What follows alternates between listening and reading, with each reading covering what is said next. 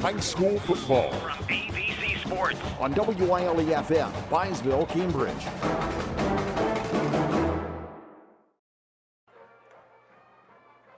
Good evening, everyone, and welcome once again to high school football tonight on WILE 97.7 and streaming live on YRP TV.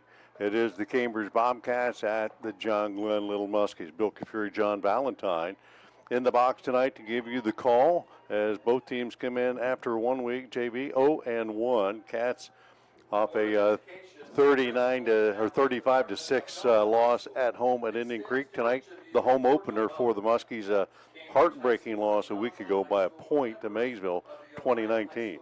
Yeah, in overtime. It wasn't. It was a good competitive game. Maysville just kind of controlled that line of scrimmage, and John Glenn's offense just kind of sputtered enough, couldn't get moving. They only touched the ball a couple times in the second half. Just didn't have the ball enough to be able to put it in the end zone. But certainly a tough loss, but looking to get back on track tonight. Of course, the Cats in the midst of, we've talked before, a little bit of a historic losing streak. They've had some bad luck within that, but at the same time, some other difficult things going on. Injuries to some key players, and that's going to be the case again tonight as they lost one of their key guys a week ago, Tate Sikora. Yeah, really their most explosive guy, not only in the backfield, but in the kicking game too. Returned a kickoff for a touchdown last week, was really Cambridge's only offensive output. So, yeah, that's going to be a huge loss, and he contributes a heck of a lot on defense too. We're going to step out for a minute here on 97.7. We'll be back with tonight's opening lineups and talk a little bit more about tonight's contest right after these messages. Bill, we're ahead of schedule. I figured,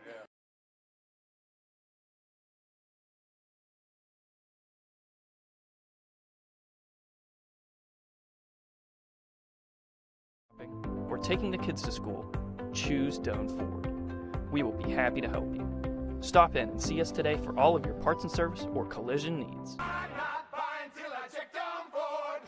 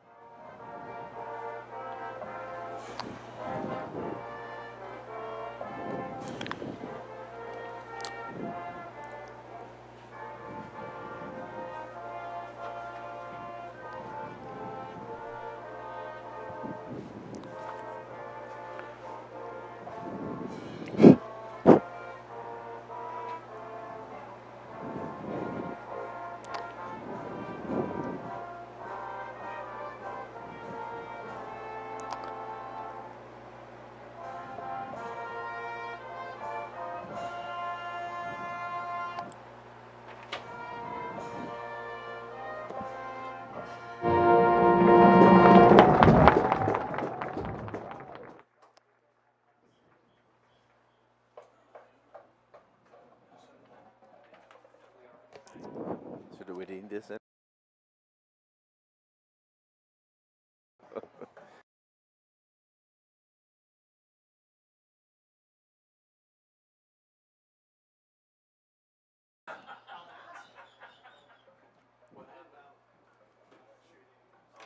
Back in the press box here, the national anthem presented tonight by Southeastern Ohio Credit Union and performed by the John Glenn Muskies Band.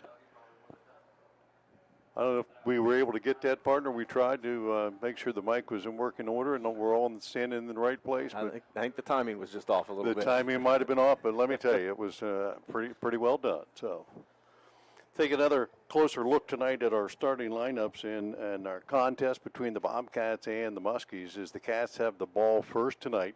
A.J. Lawrence will lead them on the field again offensively. The quarterback, a tough night a week ago trying to have time to throw the ball. Really, the Cats were pressured all night long, and he did not have a good night throwing, although he did run the ball when he had an opportunity.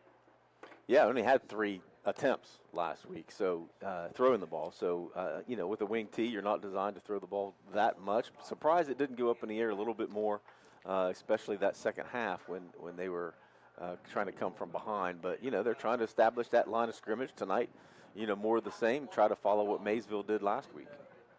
Marshall actually is going to be one of the keys in the back foot, the 160-pound junior. And with the loss of Sikora, Mason Hill is going to step in. On the outside, Damian Shaw, Levi Walker, along with Lawrence. And up front, Isaiah Barnett, Aiden Bond, Tony Mascalino, Peyton Shiflett, Chance Todak, and Raider King at tight end. Those guys will have their work cut out tonight going against the John Glenn 3-4 defense. Yeah, typically tough. They always, running that 3-4, you figure they'd be able to get some creases on that defensive line, but they always have such big guys up front, and that's no different this year. So, there's only 3 of them, but difficult to move, especially when you got extra linebackers running around to fill those holes. But Muskies played pretty decent defense last week, holding Maysville to that 20 points, really, score at halftime. So it was 13-13 going into OT. Yeah, the Bobcats' lone score a week ago came on special teams as they returned to kickoff. Tate Sikora actually returned it 90 yards for a touchdown. Other than that, the Cats unable to punch it in the end zone with the offense tonight. Another week of execution, another week of practice. They've got to be a little bit better at that. And for the Muskies, kind of the same thing. Another week into the season, you like to eliminate a few of the mistakes and be a little more efficient on offense and defense. And for the Muskies starting tonight defensively, the front 3, Braden, Knowlton, Carter, Cochran, Kean Barton, those 3 guys, all good size at 200 pounds or higher. The linebackers, Connor Shoemake and Max Morrow in the middle. You got Dominic Bates and Jensen Perry on the outside, and then the DBs, Colton Gress, Reed Howard, Ryder Pennington, and Michael Magis. So they're pretty good and pretty experienced. Although if you look at this roster a little closer, you can see some young guys mixed in there, some sophomores and juniors, and a few seniors sprinkled in. Not nearly as maybe senior laden as they were a year ago. Yeah, not the biggest team that they've had in the past, not the fastest team they've had in the past, and they still have some youth, as you mentioned, but trying to gel a little bit. A lot of these guys got a lot of experience last year on the field, and they're trying to be able to improve upon that experience last year and take it into this year. Yeah, Coach Edwards, in his 11th season, he knows what his team is capable of doing well, and they do run the ball so well. And when they switch over to offense, you're going to hear the name Reese Metzger a lot. He's going to be the power of the offense, and tonight probably, 20-plus touches at least. Yeah, if I'm Coach Edwards, he's definitely getting the ball 20 times. The issue with Metzger, he's so fast and so elusive. If everybody could remember a few years ago, Joseph Clifford runs a real similar kind of style, but not a lot of success up the middle. Likes to use that outside, likes to bounce it outside. If the Bobcats can contain him and push him back in the middle, that's going to be their best opportunity to slow him down. Bobcats Likewise have a lot of guys going both ways, and Cambridge started pretty strong a week ago, but as the game wore on, when you got a lot of kids, especially along the line, playing both ways, that's going to slow you a step or two, and that could be a factor as the game wears on. Yeah, definitely heard him last week against Indian Creek. Of course, pretty tough to be able to play 4 quarters against a line that averages 300 pounds. Eventually it's going to wear on you, and it did last week for sure as the game went on. So Cambridge is going to have to be able to make some defensive substitution, be able to keep some guys fresh. You're listening to high school football tonight on YRP TV. You're seeing our streaming video along with our radio broadcast on 97.7. I want to thank some of our sponsors for tonight's game: Doan Ford, Village Hardware and Rental, Action Total Staffing, Bicon Services, West 40 Auto Sales, Shriver's Pharmacy, Anchors Appliance, and North Star Barbershop. We're going to step out for a minute, come back, and get you all set up for tonight's opening kick right after these messages. I was sitting in my car and it wouldn't start. I lifted the hood and the engine was falling apart. What would I do? My eyes filled with tears. Then on the radio I heard of West 40 by Pay here, where for a little money down and a little each week, I could have a car, nice, shiny, and sleek. So I walked in the door and I put the money down. Now I got a nice car that I can drive around. West 40 by Pay here will help rebuild your credit. The corner of Dewey and Route 40 in Cambridge, don't you forget it. West 40 Auto Sales, corner of Route 40 and Dewey Avenue in Cambridge, is home of the guaranteed credit approval, with most loans approved while you wait. Go to their website to fill out an online loan application, west40autosales.com. You'll also find their weekly special listed there. Step into North Star Barbershop, 1300 Clark Street, Suite 3, Cambridge, where every cut ends with a crisp razor shave tailored just for you. Our full-service approach delivers sleek fades, classic trims, and polished grooming in a friendly, relaxed vibe. Whether you're prepping for your day or a special event, our expert barbers ensure you leave looking and feeling your best. Ready for a fresh look? Book today on Booksy or call 740-501-8896. Good luck to all high school football teams this season. If you're having any problems with your heating system, you want someone who will be there right away to help. This is Russ Abels. At Abels, we provide emergency service for any brand of heating cooling system 24 hours a day, 7 days a week. Call us. We promise to get you up and running quickly and professionally. And if you ever need a replacement, we'll help you save energy and money with a new high-efficiency system, and we will do a flawless installation. If you need help with your heating, call Abels. 97.7 on your FM dial. We're WILE FM, Byesville, Cambridge. Welcome back here on tonight's Game of the Week here on WILE 97.7. Bill Kafury, John Valentine, and the Cats on the road to take on the Muskies.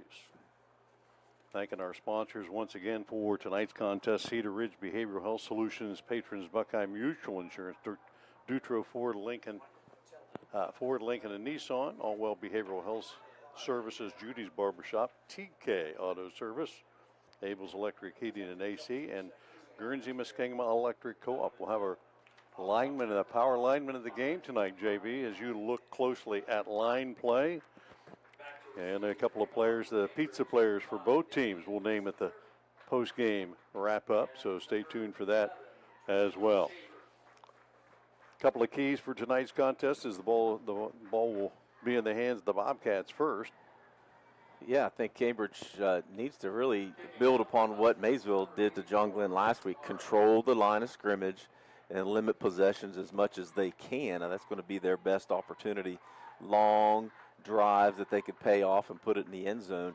John Glenn's got to relax a little bit on the offensive end. Made some mistakes last week through the air, a couple interceptions, and wasn't as efficient as I think Coach Edwards would like to see.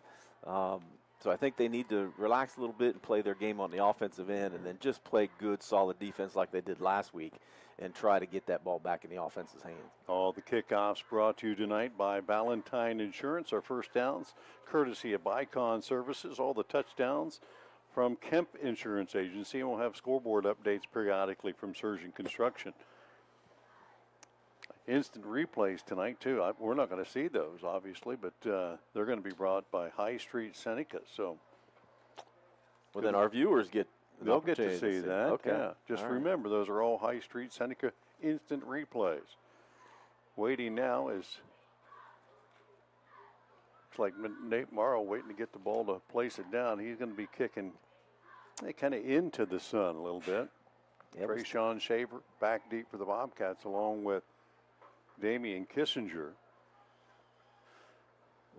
Kissinger taking that spot of Tate Sikora back there on the kickoff team. Still counting down 45 seconds on the our on the timing game has clock. been off on the pregame here all night, so we're getting there. We'll get there. Cats tonight in their road white uniforms, black helmets with blue trim on the uniforms and the helmets, and the Muskies here at home in the maroon jerseys and pants, white helmets, and white numbers as well. I just kind of in between tonight. Is it a pants night? Is it a shorts night? The sun came out today, got a little warm, so run around all day in shorts. But tonight, I think it might be a pants night. Huh? Come on. Hey. Come on. What'd What you are show doing? up in? The You sun's came in still out. shorts. Oh, huh? yeah. I'm hanging on to summer as long as I can. I'm in here looking for a heat switch. Is there a heating pad or something going on in here? We actually have the AC on, I think, They behind did, us. yeah. I think we're just about ready to get things underway. Muskies in formation now and awaiting the signal to send Morrow toward the ball. And here we go. Week 2 underway. High end over end kick. Shaver will take it at the 10. Up the right sideline and slips and falls down at the 20-yard line. The Bobcats offense back in play. And we talked last week a little bit for those people that were with us, but Cats employing a different offense this year, a little wing tee action. And so some hiccups last week they need to take care of. Yeah, I mean, look, the wing tee, putting it in, with a couple months, the wing tee is all about timing. It's all about repetition and getting your footwork down. And there's a lot of moving pieces. So to get all those moving pieces moving in the right direction takes a little bit of time. But as the season goes, you would assume that would continue to improve. 1st and 10 for the Bobcats at their own 21-yard line. Lashley, the deep back. Lawrence under center. Lashley off the left side. Spins off a tackler at the 20-yard line and spins up ahead. A gain on the play of a couple. Morrow had first contact. Didn't wrap him up. And give him 2 on the play.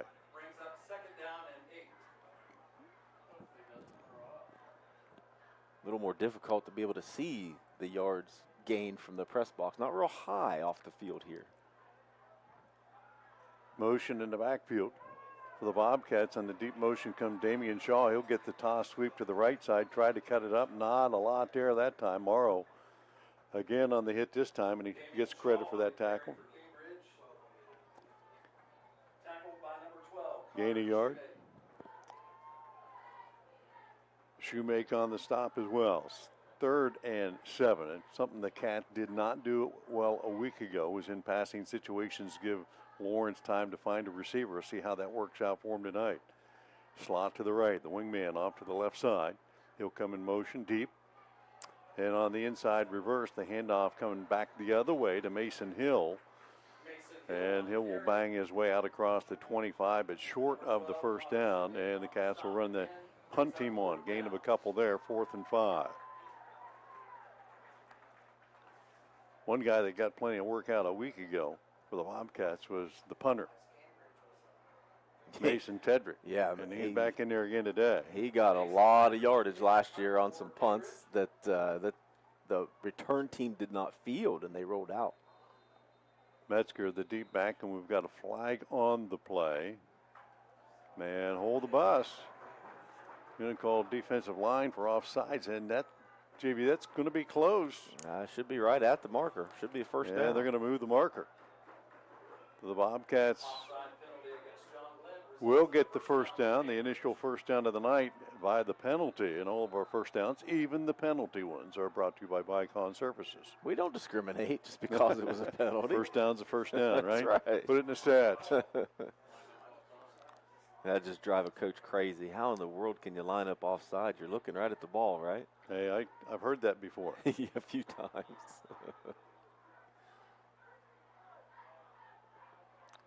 1st and 10, handoff, Lashley. Straight ahead and not much going that time. Ian Barton. In there along with Knowlton. Yeah, Knowlton's a big body to move, and they didn't move him real far. They're going to give him a yard. But not much there other than that. 2nd and 9. I did tell the boys that are on the line, they were helping me with the change the other day in a lower level game. I was teasing them about it.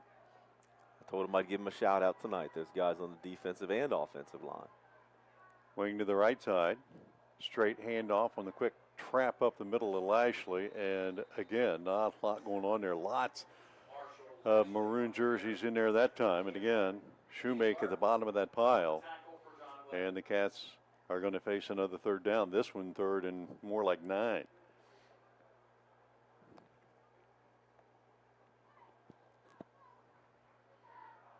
Yeah, see if they'll be able to get AJ out of the pocket. I would assume some kind of rollout to be able to get him in space. And 5 wide set for the Cats, 3 wide to the left. Lawrence alone in the backfield. Good snap. Looks quickly in the slot. Nobody there. Now pressured to run. And he's going to be spun down just across the 30-yard line. Barton again. And the Cats will come up short of the first down. Loss on the play of a yard or so. Play results in a loss and a 4th and 10 for Cambridge. 8-minute mark and counting. And the Cats back in punt formation again. Back to receive. Cats better be able to keep their lanes on these punts and kickoffs with Metzger back there. Metzger bat deep. Bad snap. And look out. Tedrick able to pick it up and boot it off the side of his foot. That didn't go very far. Let's see where they mark him. Boy, I don't know if Be that about went, a 5-yard punt. I would say probably about 5 yards, yeah. So the Muskies are going to enjoy excellent field position. Well, that's one way to keep it out of Metzger's hands on the punt Yeah, return. don't punt it to him. Just kick it into the stands. Cats had some issues a week ago with snaps. That one very similar. So from the Bobcat 35-yard line, quarterback Owen Edwards will bring his team up and out of the gun as Metzger off to his right side. Two receivers right and left. 1st and 10 from the Bobcat 35, rolling to his right. Edwards trying to get to the edge, flips it out and complete. Colton Grass will haul it in, but he had to go to the ground to make that catch. Maybe a 3-yard gain? Yep, 3 yards. Yeah, did a good job of coming back. And, credit Edwards a little bit for finding the open spot, too. It was decent coverage, so he had to throw it a little bit low, so Grass had to go down to get it. Clock winding down. 5-wide situation here. 2nd and long as Edwards alone in the backfield.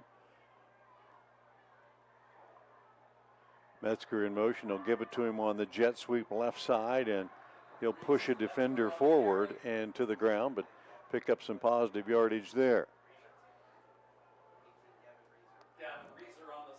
Gavin Reeser for the Bobcats on the stop. Gain of about 4 more. 3rd and 3, and certainly 4 down territory for the Muskies if they don't pick it up here.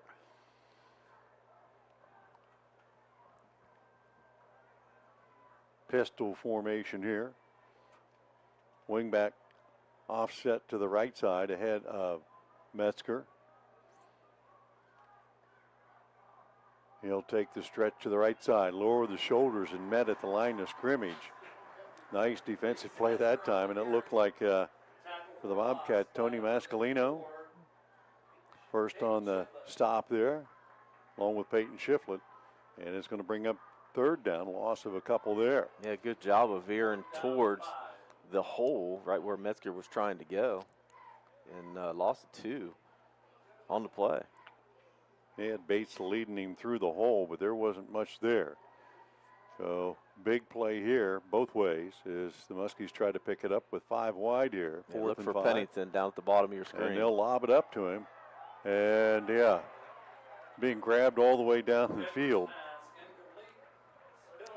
Trying to get it to Ryder Pennington, who at 6'3" had an advantage there, but the defensive back for the Bobcats, yeah, if you're going to play Levi Walker, he had a good handful of jersey, maybe 2. If you're going to play man-to-man on Pennington, I don't think bumping him at the line of scrimmage is probably the best option. There was no safety help over the top, so that was an easy read for Edwards. No.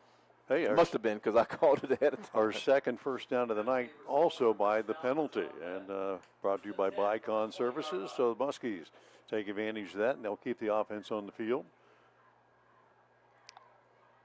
Metzger back deep, and the flag comes in here, and a little motion up front. So false start on the Muskies, back them up 5. Sloppy game to start things out here. Cats shuffling some fresh bodies in defensively on the stoppage. It'll be 1st and 15. Coming up on the 5:35 mark of the opening period, no score.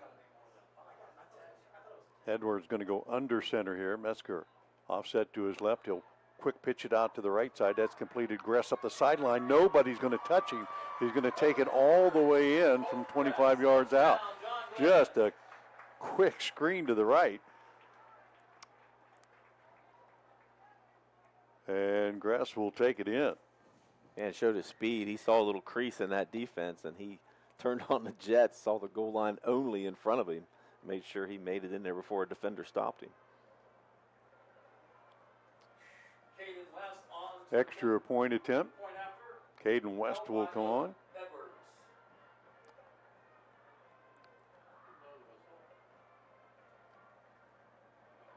5:29 mark, and the Muskies get on the board first here.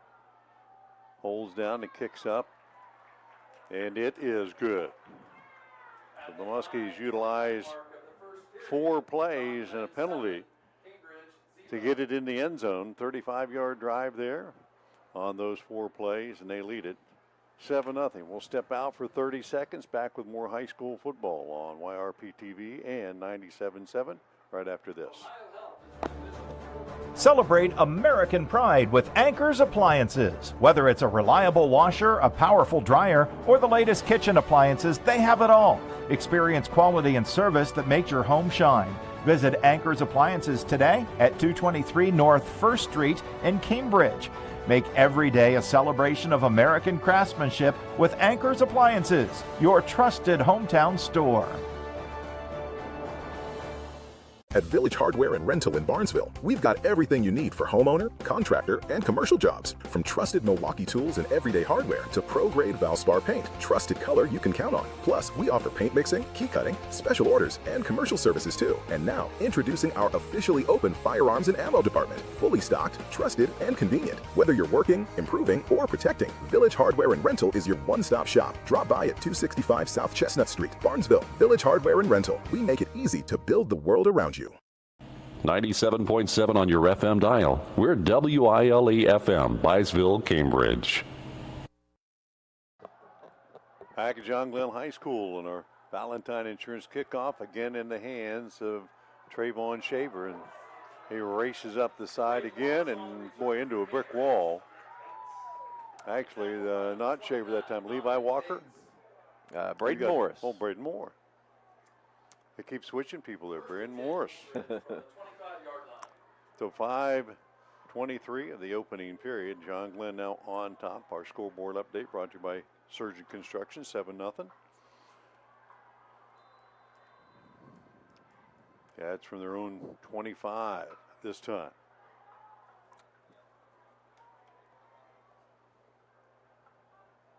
Lawrence under center. Lashley straight behind him. Deep motion by Shaw. A little option to the right now. Lawrence will change direction. He's going to go the wrong way at the wrong time. Loss of almost 5 on the play. I don't know what convinced him to switch directions there, because there wasn't much to his play side, but turn around where your linemen aren't blocking for you that way. You have to have the mentality of a lineman, which I do. I banged my head there many times. But those linemen aren't going to be thinking you're coming back. No, definitely not. Just, find a crease ahead of you and get as much as you can and move on. Yeah. If you go down for 1 yard loss, that's better than turn around the other way. Yep. Play clock down to 6. Cats quickly back up to the line of scrimmage. 2nd and 14. Back to pass, rolling left. Lawrence. Look down the field. Now he'll tuck in and run. Has positive yard, 25-30, and across the 30-yard line before he's finally brought down close to a first down. And they have to utilize his athleticism as much as they can. No reason why you can't do that more often. Last week, again, only 3 attempts. They did have some rushing attempts out of the backfield too, but like that. But you got to use your athleticism, especially when you're down Socorro. Give him that run-pass option. Camp and Gress on the stop for the Muskies on 3rd and about a yard. 2-back set behind Lawrence here.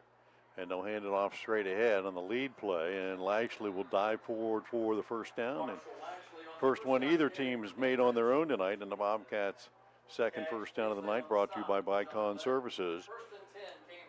7-0 Muskies. 3:43 and counting here, the opening period. Cats to their own 39. And having that ability by Lawrence to be able to take it at any time he wants to loosens that defense up a little bit. middle opens up a little bit. Lashley jumps ahead for 4 yards, first down. Again, the Cats with the two-back set, play action. Lawrence flips it out in the flat, and he's got his man out there. That's completed to Mason Hill, right out on the fingertips.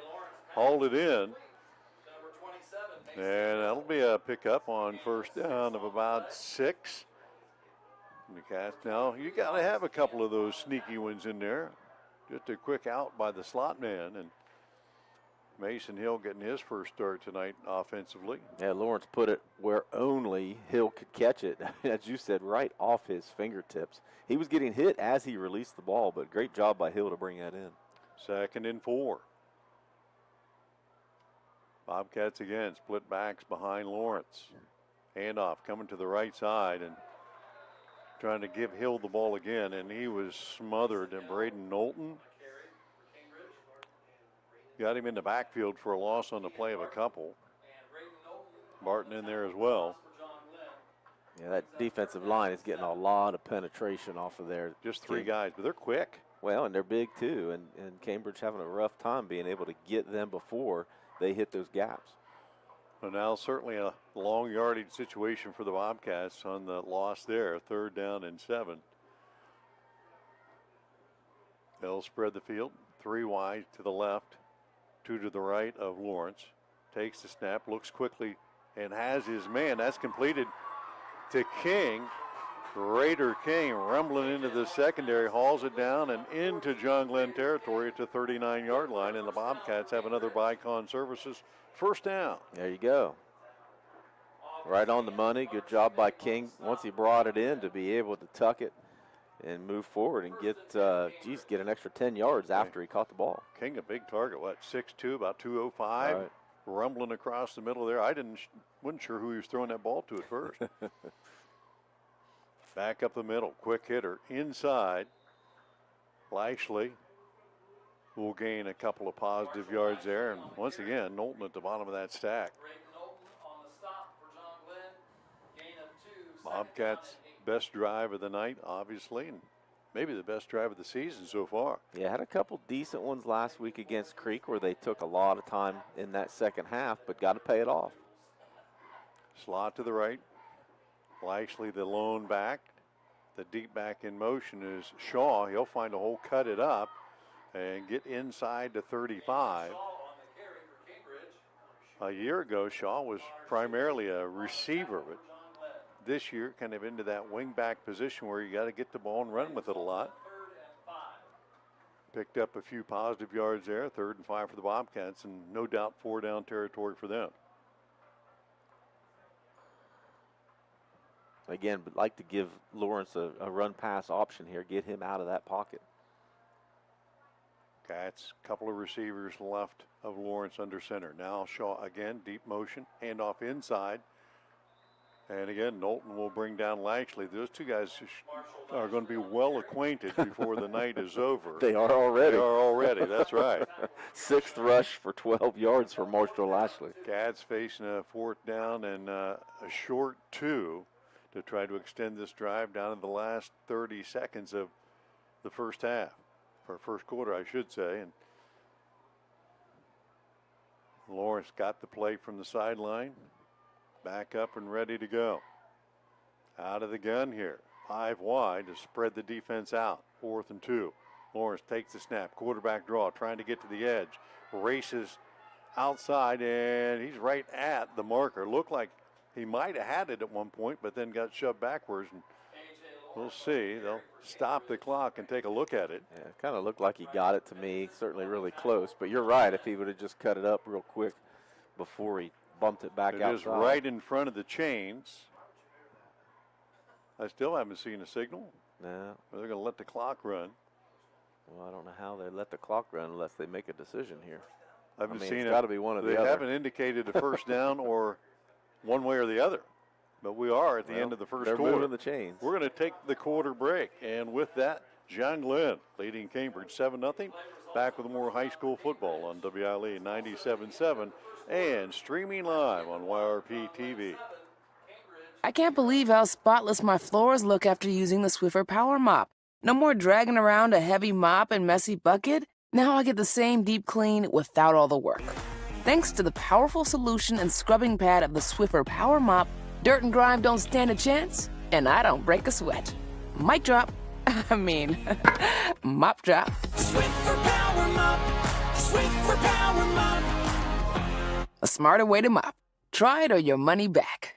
Wesley Financial Group is not a law firm, and Chuck McDowell definitely not an attorney. This is Chuck. If someone talked you into buying something really silly and you want to get out of that silly little thing, my advice, get the facts. Call me and I'll send you our timeshare exit kit absolutely free. Inside, you'll learn how timeshare works and all your options for cancellation. Call Wesley now for your free timeshare exit information kit. 800-761-0000. That's 800-761-0000. Paid for by Wesley Financial Group. 97.7 on your FM dial. We're WILE FM, Byesville, Cambridge.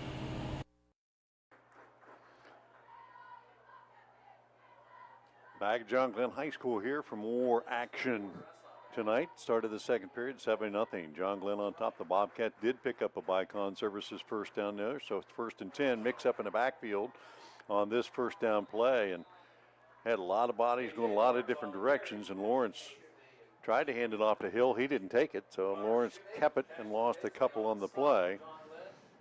It's actually a good decision by Lawrence because he was going to give it to the guy coming back around, but a defender was on him, so he knew he was going to just hold it and take the loss. Just keep it and try to move forward for a game, but unfortunately lost 2 anyway. 4 down territory for the Cats now as they face 2nd and 12. 2 back set. Hill and Lashley behind Lawrence. Slot to the left side, handoff left side to Lashley, slides off tackle and pushes the pile inside to 30. Again, Knowlton at the bottom of that tackle. Knowlton is moving around that much on defense, so the Cats are just going right at him, but he's making the play just about every time. Gain of about 3.5, 4 on the play. Cats face 3rd and 8 here at the John Glenn 30 or 27-yard line. Lawrence, as he did a week ago, runs to the sideline after every play to get a new play call. The Cats aren't substituting anyone in there or flashing signs for him. Shaw in deep motion, cuts it up inside, big hole inside the 20 and down near the 15 into that secondary. And again, Camp back there to maybe save a touchdown. That play looks like it's going outside, and Shaw cut it up inside, and the Cats, with the 11th play of this drive, pick up yet another Bicon Services first down, their 4th first down of this drive, and that's what this offense is designed to do, right, JB? Yeah, as long as you see that crease and you put your foot in the ground and move forward and take advantage of it like Shaw did, it can be successful. Shaw straight across in motion to give straight ahead to Lashley, and Knowlton will go for a ride again. Actually, this time I think it was Kean Barton got the short ride. Couple 3 yards before Lashley pulled down there. But not only does the Cats control the line of scrimmage when they're doing this, but the clock as well. As Cambridge has had this, had the ball for almost 7 minutes. Yeah, in this drive. And like I said, that's one of the keys to the game if you're Cambridge, to keep the ball out of John Glenn's hands. The only difference is you have to put it in the end zone or it's all for naught. Just outside the 10-yard line. Cats can pick up the first down just inside the 5. Out of the gun. Again, Lawrence on the keeper. Makes one man miss, stays on his feet down near that 5-yard line and followed the blocker, I think, inside the 5 where the Cats might have a first down. Lawrence came up out of there pretty excited about carrying the ball on that play. A design run out of the 5 wide, and on that play, Cats have a guy down. See if we can figure out who that is. 9 minutes, 1 second left here in the first half. Looks like it might be Mason Hill, 27, as he was one of the lead blockers on that play.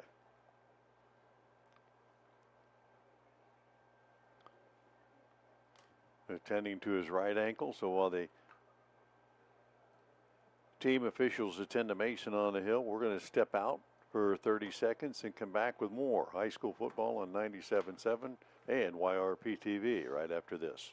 I'm Ted from TK Auto Service at 2303 Glen Highway. And I'm Julie. We've been in business for 26 years, proudly serving this community with reliable and trustworthy auto services. Our customers are like family, and we are committed to keeping your vehicle running smoothly. Whether it's a quick oil change or a major repair, we're here for you. We appreciate your trust and support. Be sure to like us on Facebook and follow us on Instagram to stay updated and connected. Thanks for choosing TK Auto Services. We're here because of you. Looking for an incredible deal on a new Ford, Lincoln, or Nissan? Come check out our vastly growing inventory selection and ask us about all the low APR options that are going on right now at Dutro Ford, Lincoln, Nissan.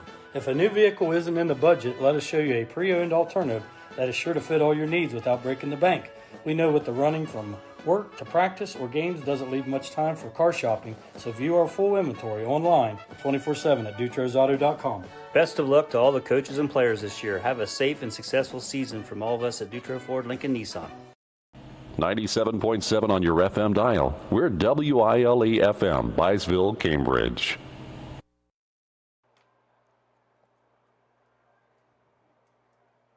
Back at John Glenn High School, Bill Kafury, John Valentine stoppage on the field for an injured Bobcat, and we think it's Mason Hill filling in for Tate Sikora, who was injured a week ago, JV, and now Mason goes down, the 170-pound sophomore, as they work on his ankle. Stoppage on the field here with 9:01 left in the second period, 7-0. Muskies on top of the Bobcats, but Cambridge with an impressive drive. 14 plays at this point, started at their own 25-yard line, and currently with that run by A.J. Lauren right around the 5-yard line. So the Bobcats trying to finish this off will face third in the yard, but got a couple of teammates out there to help Mason get off the field. So both teams now, John Glenn has had one possession and make good on their lone possession tonight, a 35-yard drive. This is the Bobcats' second possession tonight, and it, to this point, been a pretty impressive run. Yeah, they've feeding Marshall Lashley one after the other. He's got 8 rushes for 19 yards, and then A.J. Lawrence has a couple big ones this drive as well. He's at 6 rushes for 13 yards, and the big one by Damian Shaw, a 14-yarder. He's got 3 rushes, 18 yards. So Cats starting to move the ball a little bit on the ground, and by design, that's what they want to do, to be able to run that clock and limit those possessions by the Muskies. So already down to your number 2 guy. Now the Cats have to go to the depth chart again, and in a key role in this offense is who's going to be that wing back, and it's going to be your number 3 guy that's going to step in here. Let's see if we can get a number here. 10. Yeah, Lucas Loftman back in. He had a couple touches last week, sophomore, I believe. So Damian Shaw moves into the backfield along with Lashley. Third in the yard. Handoff straight ahead, Lashley. And he'll dive forward and get into the end zone from 5 yards out. Lashley with points on the board for the Bobcats. 75-yard drive for Cambridge to get within a point.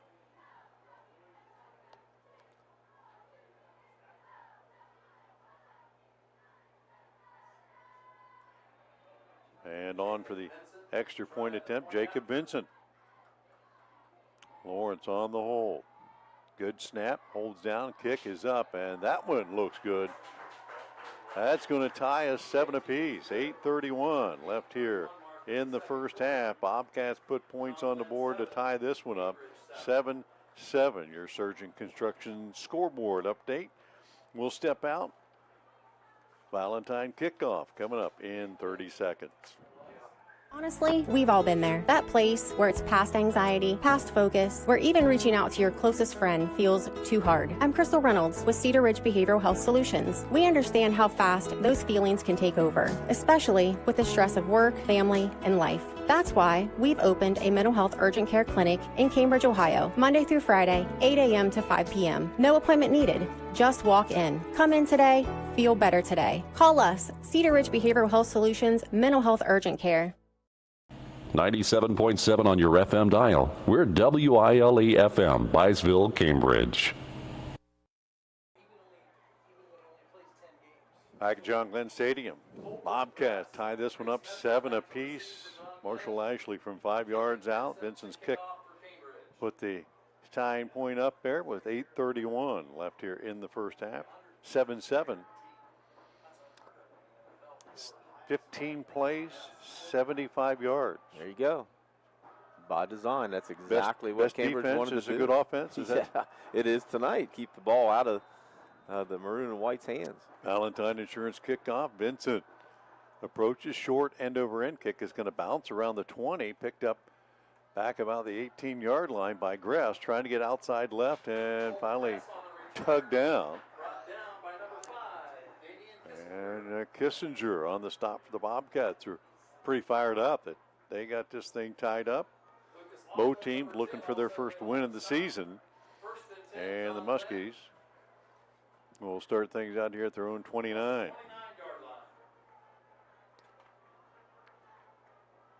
Muskies primarily using the air on their first touch tonight. Ran it a couple of times, but got it in the end zone. Yeah, really only ran 4 plays from scrimmage, their first possession. And again, they utilize Pennington. Quick catch and run on the left side, and he's going to have one man to beat all the way down to the Bobcat 30-yard line. That was a lateral pass again from about the 29 down to the Bobcat 29. And another Bicon Services first down. And right now, the Cats secondary is being riddled out there. Nobody's been able to put any pads on the receivers once they catch it. Yeah, and that's Pennington's first touch. I mean, he's their go-to guy, certainly through the air, and you see why. He turned a ball, 2 yards behind the line of scrimmage into a 41-yard gain. First and 10 out of the pistol. Metzger on the fake. Edwards on the keep, and probably should have handed that one off as he took a little punishment there. Looked like Gavin Reeser for the Bobcats. First hit.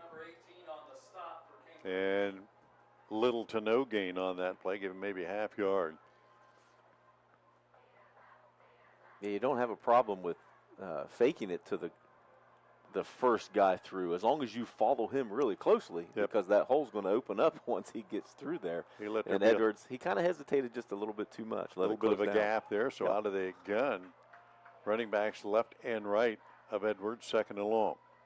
And Metzger to the left side, pops it straight through and into the secondary, keeps his feet going down low. Will have the first down. And runs like that make you wonder why he's not just carrying it every time, right? Right, exactly. Another Bicon Services first down for the Muskies to keep the drive alive at the Cambridge 12-yard line. Wow. He looked like his momentum was going to take him to the ground there, and he was able to gather himself and get another 5. Yeah, it ran over a Cambridge defender deep in the backfield and almost sprung it. Blocking back offset left of Edwards. Metzger behind him. And he'll take another handoff. A little shake and bake at the line of scrimmage. Left a defender grasping for air and dives forward down to about the 6-yard line. Not only is he got some quickness and a little bit of a move there, but the guy's not small. No.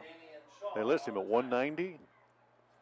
Yeah, he might be a little bigger than that. I've watched him play for the last 4 or 5 years up here, officiating some middle school games and JV games, and he plays every game just like that. He's quick, he's got good moves, but man, once he gets in the open field, you're not going to catch him. Out of the pistol set here. 2nd and 4. Metzger, the deep back, and the flag comes in. And again, movement on the Muskies. They'll be moved back 5. Third penalty tonight for John Glenn for 15 yards.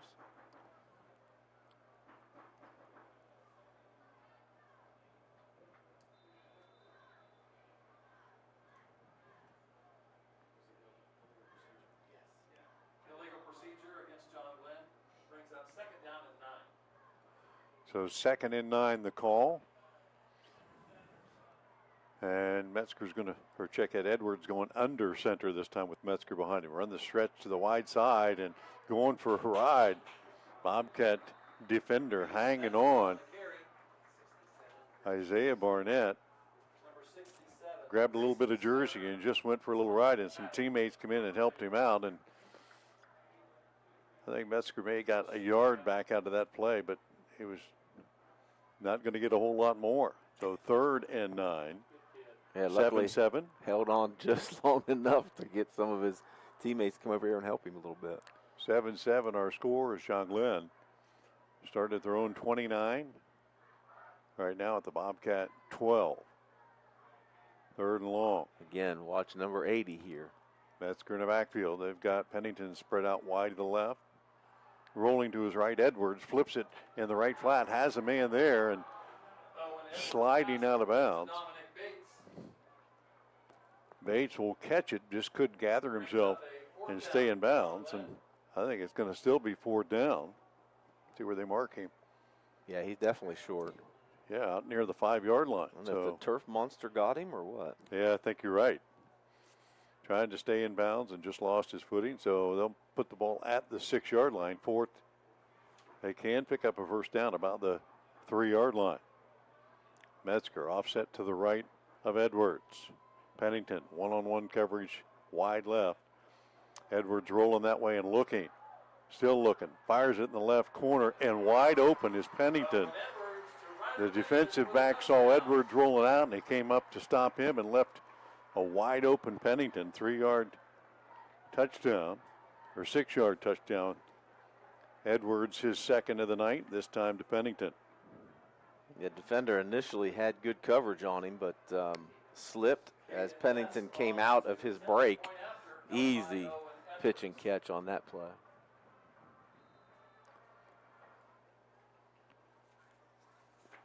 West back on for another extra point attempt. Hold down, kicks up. And that one is good. And the Muskies, just like that, come right back. 7 plays. And the Muskies go 71 yards and retake the lead 14-7. 4:37 left here in the first half. John Glenn back on top. We'll be back with more high school football on WILE 97.7 and YRP TV right after these messages. It's that time of year again. Football season is upon us. Hey, Mark Kelly here with Bicon Services, wishing all our local teams a great and successful year. As your premier commercial building contractor, Bicon Services is ready to tackle everything from small facility renovations to large industrial expansions. We're here to handle all your commercial and industrial needs under one roof. So while you're out there scoring the winning touchdown, let us work on making your next commercial project a success. Bicon Services, building the future one project at a time. 97.7 on your FM dial. We're WILE FM, Byesville, Cambridge. Back at John Glenn Field, and the Muskies retaking the lead. It'll be a 14-7 now. Brought to you by Surgeon Construction. All of our scoreboard updates and the Valentine Insurance Kickoff coming up here. I want to thank our sponsors again tonight. Doan Ford, Bicon Services, Schreiber Pharmacy, Anchors Appliance, and Max Morrow ready to kick off again. 4:37 left here in the opening half. Good ball game here on a football Friday night. And again, he's going to kick this one in the direction of Braden Morris, who's going to see that one bounce out of bounds. So, and another flag. Well, flag on the far sideline, and then one right in front of us, JV, here from some of the action of the players on the field. You wouldn't imagine that was a personal foul penalty here. The kids just got up and touched each other. It really wasn't anything to get excited about, but that's one way to keep it from happening again. Throw that penalty. Yeah. Well, illegal procedure and personal foul. So we have the kick out of bounds we saw, but the personal foul on the Muskies. Yeah, I mean, I was watching it, and the official was watching it too. I didn't think it was really anything to get excited about. There's a little pushing and shoving, but. So tack on the penalty yardage to where they would place the ball to 35, now out to the 50. So that penalty sets the Bobcats up with 4:37 left here. In the first half, the Bobcats will be right at the midfield marker.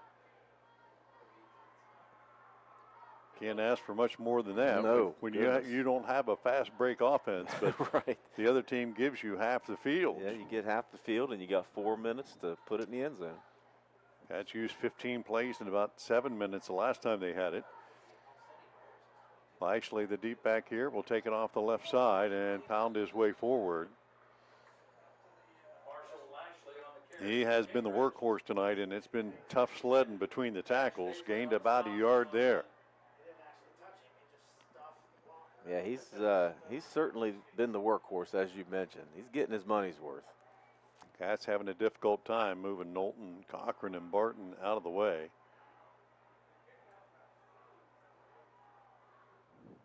Second and long. 2-back set as Lawrence goes under center again. 4-minute mark and counting. Play action, rolling to the right. Man open in the flat is completed. And the Cats have Loftman out in that right flat.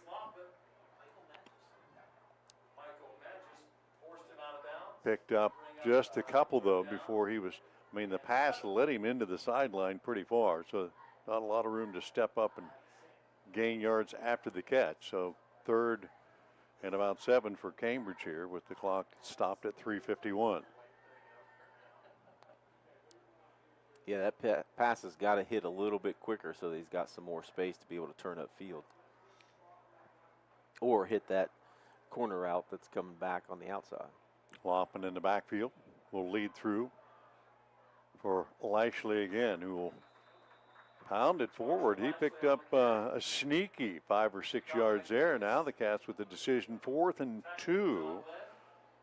Chance to keep the clock and the drive alive, and I don't think any hesitation from the Cambridge bench here. Cambridge has their full complement of timeouts. And he's the going way use Coach one. Gunn talking right here, I Yeah. think we might see one right here. Yeah, we're definitely going to see one. 4th and 2. And letting that play clock run down at 15 here. He'll let it go down as low as he can and take a timeout and then figure out what the Cats are going to do. Cambridge has certainly corrected some mistakes that they made a week ago. Hung around tonight here, down 14-7. And they will burn that timeout. So as we take the break, 3-minute mark. Cats facing 4th and 2 when we come back right after these messages.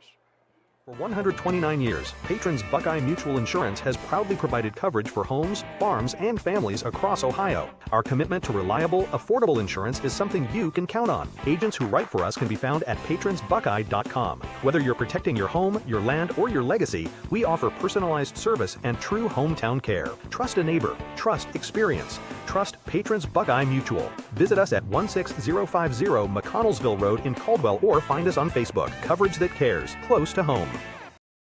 97.7 on your FM dial. We're WILE FM, Byesville, Cambridge.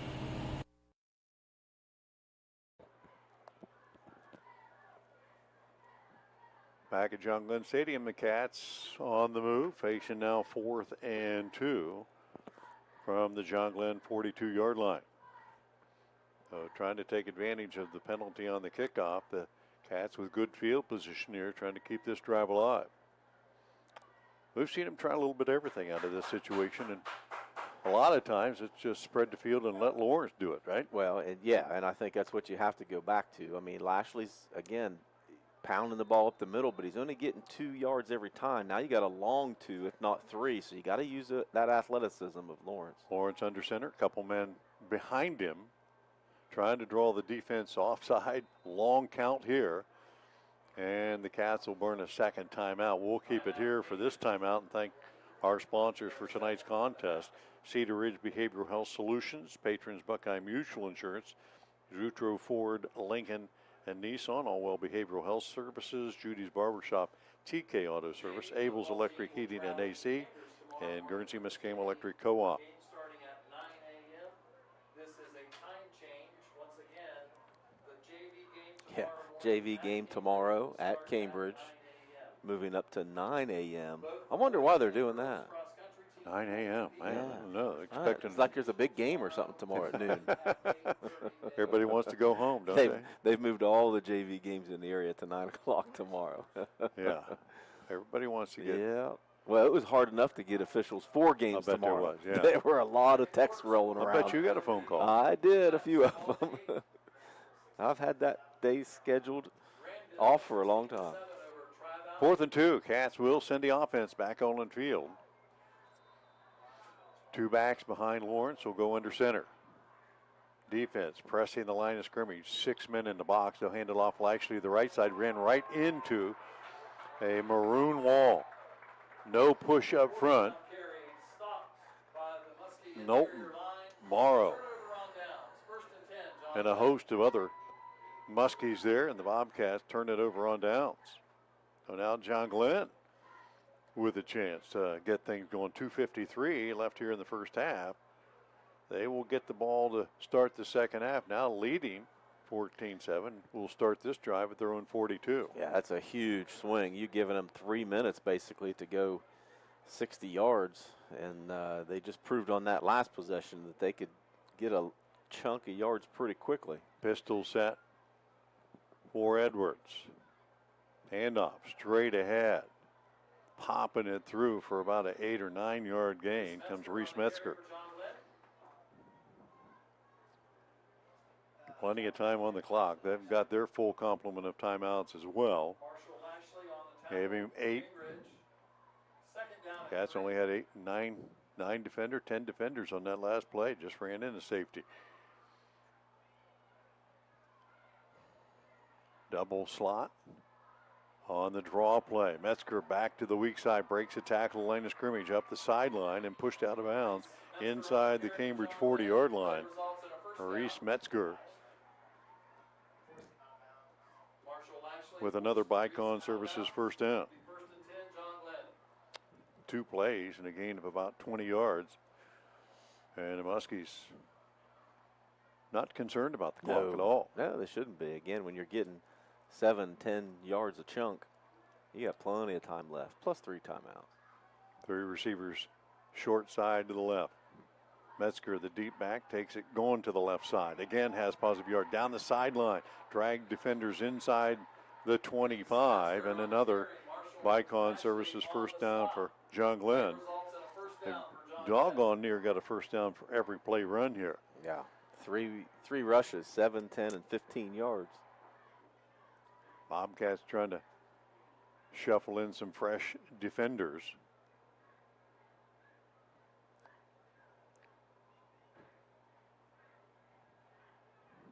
And I think 5 came out and only 4 went in.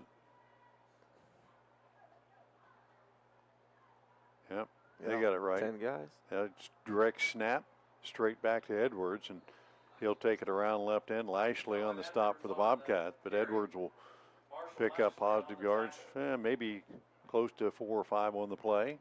Minute and a half left here in the second period before halftime. John Glenn trying to tack on another score, leading 14-0. Ball just outside the 20. I'm looking for him to go up top here. Pennington. One-on-one coverage on the left side. 2 receivers to the right. Metzger in motion to the right. They'll flip it to him in the flat. He'll break one tackler and then chase down from behind by Bryce Hickman. Under a minute to play. 3rd and short. Muskie's got timeouts here as well. Yeah, they'll line up quickly they here. Don't want to use something here. And now the officials are stopping the clock. They're going to send one of the Cambridge players with an equipment issue to the sideline.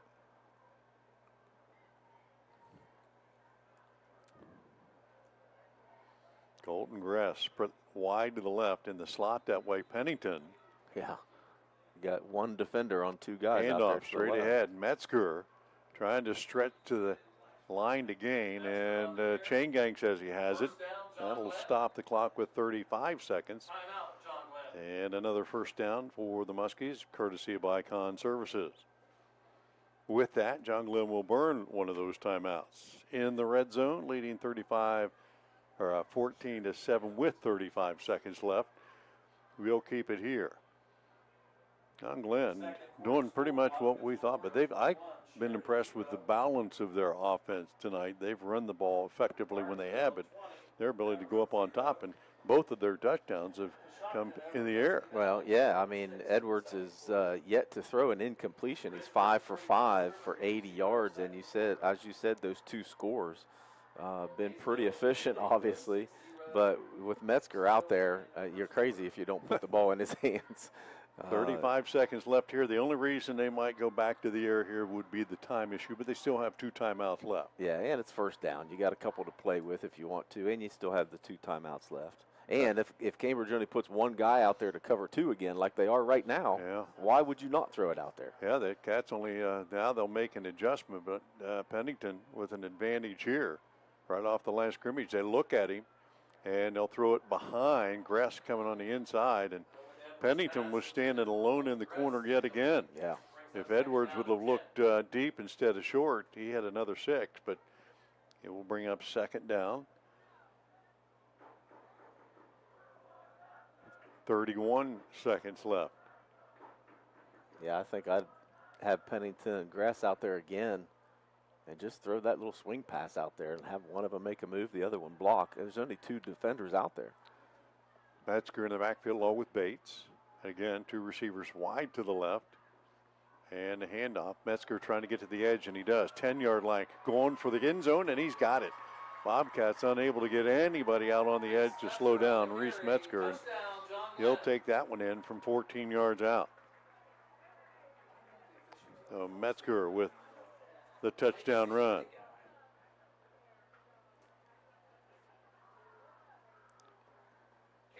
And John Glenn extending their lead here. As I said a moment ago, they'll have the ball to start the second half as well.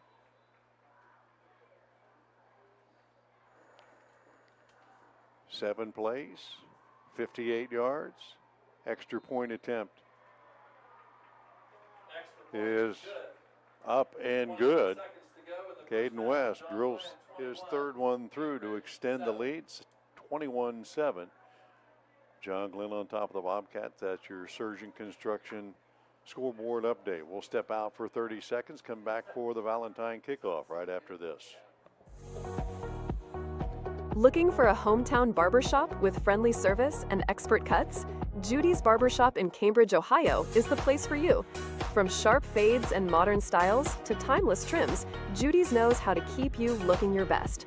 Every visit is more than a haircut. It's a chance to relax, catch up, and walk out with confidence. Serving generations of families, Judy's Barbershop takes pride in quality and care.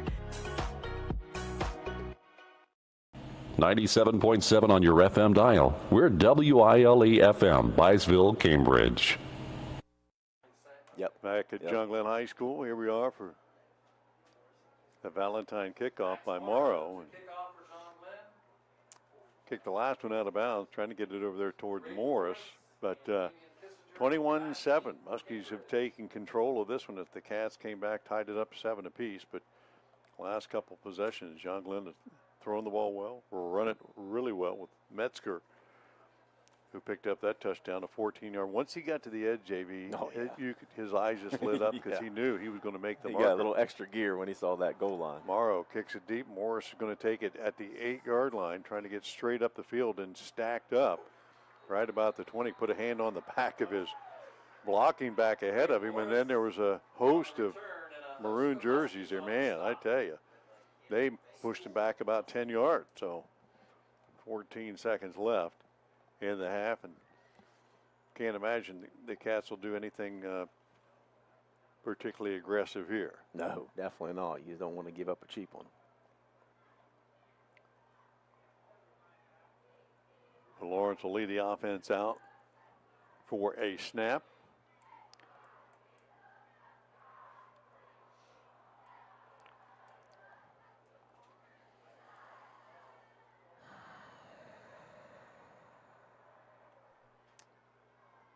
And they'll take a knee with that. That'll get the clock running and get us to the halftime break.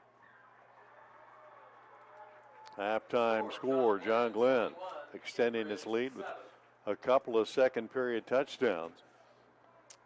As Edwards found Colton Gress early, the Bobcats responded with a Lashley score, but Edwards finding Pennington for the go-ahead score, and then Metzger tacking on an additional score with just 21 seconds left in the half. Our halftime score, John Glenn 21 and Cambridge 7. We invite you to stay tuned. We have our ONN halftime show, scores from around the area. And JB and I will be back later on with stats and our scoring wrap-up from the first half of action here. So stay tuned. We'll be back here shortly. Looking for a hometown barbershop with friendly service and expert cuts? Judy's Barbershop in Cambridge, Ohio is the place for you. From sharp fades and modern styles to timeless trims, Judy's knows how to keep you looking your best. Every visit is more than a haircut. It's a chance to relax, catch up, and walk out with confidence. Serving generations of families, Judy's Barbershop takes pride in quality and care. Need help finding a job or recruiting reliable workers? Action Total Staffing is your trusted local staffing partner. We work hard to connect skilled candidates with employers across southeastern Ohio.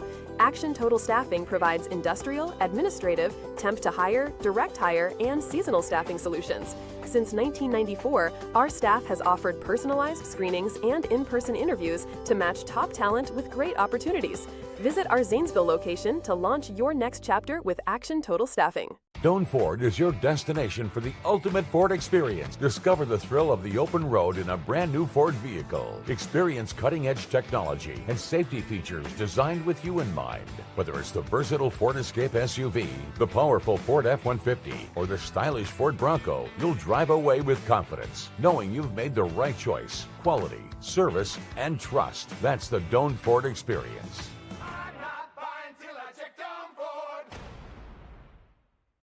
School's back. For some, things may feel overwhelming. Allwell is here to help you find a healthy balance. Our behavioral health services can keep your mind on track, while our primary care services can keep your body healthy. Our mission is to help people feel better, think more clearly, make good decisions, and have healthy relationships. We have offices in Zanesville, Coshocton, New Lexington, McConnellsville, Caldwell, and now on Wheeling Avenue in Cambridge. Visit us at allwell.org. Be well, stay well, all well. From the Ohio News Network, this is the Ohio Education Association Tonight in High School Football. Named Best Sports Program in the Country by the National Association of State Radio Networks. Tonight in High School Football is presented by Beck's Hybrids and by Ohio for Responsible Gambling. Now here's your host, Skip Mossick. And hi again, everyone. Welcome to Tonight in High School Football's Halftime Reports. There is a new type of football that's been sanctioned by the OHSAA beginning in the spring. We'll talk about that and more with Commissioner Doug Ute next on the Ohio News Network. Every day, farmers rise before the sun and put everything they have into a job so few can do. Their courage, resilience, and relentless work shape the legacies and future of our country. At Beck's, we're proud to stand alongside those who don't wait to see what the world will do. They act, they lead, they are the difference. Beck's honors your commitment to your land, family, and purpose. And while we can't predict what the future holds, there is one thing we can do to change it, and that's be the difference. Right now, in every decision and every season. Friday night, Under the Lights reminds us teamwork, dedication, and community start in our schools. I'm Ohio Education Association President Jeff Wenson, and on behalf of the OEA's 120,000 members, we are proud to sponsor tonight's game and even prouder to support our public schools. Whether it's touchdowns or textbooks, success starts with a strong foundation. From the classroom to the end zone, we believe in every student's potential because in Ohio, public education matters. This is Tonight in High School Football on the Ohio News Network. Once again, here's Skip Mossick. We are presented by Beck's Hybrids at Beck's. They are and will remain farmers at heart. And welcome back, everyone. Halftime of your game, joined again this week by OHSAA Commissioner Doug Ute. And Doug, tonight wanted to ask you about a different type of football, and that is flag football. The OHSAA will be sanctioning a state championship for girls flag football beginning next spring. Tell us how this all came about. I know it's something that the NFL has gotten behind, including here in Ohio with the Browns and Bengals. Yeah, I think, we've been in conversation with Troy Vincent's staff at the NFL office and for the last couple of years, as well as the Browns and Bengals group, and certainly a push out of the office. And one would assume that they want to get more females involved because they're going to have children one day, and they want to that moms would allow their sons to play football and show them the advantage of the sport of football, those type of things. But for us, we're always looking at, and I tell our staff this: what's the next bowling? Bowling's been around for about 20 years, and it just shot out in participation, record numbers. Our participation in bowling is good. And you think about girls wrestling. Coming out of COVID, about 250 female wrestlers in Ohio. Now there's over 5,000. And so, this is what flag football, particularly in Northeast Ohio, started with 20 schools, and they're up over 70 just in a couple years. And certainly the Columbus area is an untapped market for them, which the Browns and Bengals are going to concentrate a lot on, and with our help. And I really think if you look around the country at what some of the other states, Georgia's close to 500 schools doing it now. And so that opportunity for young ladies to participate in flag football is exciting for us to bring on. But it really gets exciting when you talk to the young ladies who are doing it right now. There's so much energy in that group of athletes that have been doing this for a couple of years. It's fun to see, and it's going to be fun to watch this spread. Doug, we saw some pictures from an event in Canton regarding this earlier this summer. Was it as well received as it appeared? Yes, I'll tell you. There was about 40 young ladies, Skip, that I was talking with up there that to a team. I mean, they were just so excited about the growth of what they've seen, because some of these schools have been doing it for a couple of years, and they're excited that other schools around them are doing it, so that they can have that. And then they're really, the girls from Camp McKinley were so excited about, they're really trying to get to play their games in the Hall of Fame, and cool. I think that most likely will happen, and so they get treated like the boys, is what one of the girls said. But when you talk to them about the benefits of what they're doing, how fun it is for them, there's nothing better than to see the smiles on the faces and the energy that kids have and the passion for a sport, and that's certainly there with the girls' flag. Well, Doug, last thing. Earlier this month, the OHSAA awarded $200,000 in scholarships. I wanted you to talk about that a little bit, as well as over $1 million donated to member schools to help assist with items needed for schools' athletic departments. I mean, you're an old school administrator. Tell us about that and what some of this money is going to be used for. Yeah, well, it's just to, we're a nonprofit organization, Skip, that can't share in profits, but we can assist our schools with, their mission and our mission. And so, I've been an athletic director, and when you get a $1,200 check or a $2,000 check from the OHSAA to, help offset the cost of providing sports to your school, I'm sure that's welcomed. And we wrote 815 of those checks, $1,250 this year. Last year was a $2,000. But really what you had mentioned there, too, 200 $1,000 scholarships out to our student athletes. It is a true scholar-athlete award, and so it's based on your academic performance in the classroom and athletic accomplishments. And so, we're really excited to, we've extended that from about 100, and at one time it was 120, then 160, and now 200 of those scholarships out. And it's really nice to be in a position to do that. OHSAA Commissioner Doug Ute. Doug, we always appreciate your time. We'll touch base later in the season, okay? All right, Skip. Appreciate all you do for high school athletics. And we'll be back on the Ohio News Network. Vex recognizes this week's Player with Heart, Reagan Schnipke from Elgin High School, for her commitment and passion on the field and within the farming community.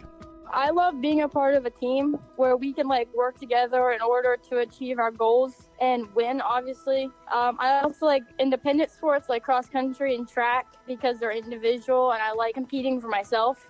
Reagan brings that same winning attitude to FFA. And I really like it, and I learn a lot, and it's a lot of good experience. Job interview taught me a bunch of stuff, and I'm also a student officer for FFA, and it's taught me a lot with public speaking. And maybe the greatest lessons are learned in agriculture. Agriculture has brought many aspects to my life. It has taught me that teamwork, hard work, responsibility, time management, and determination is needed to succeed in life. At Beck's, we are and will remain farmers at heart. This is ONN. Our thanks again to OHSAA Commissioner Doug Ute for joining us tonight. Enjoy the second half of your ball game. I'm Skip Mossick on the Ohio News Network.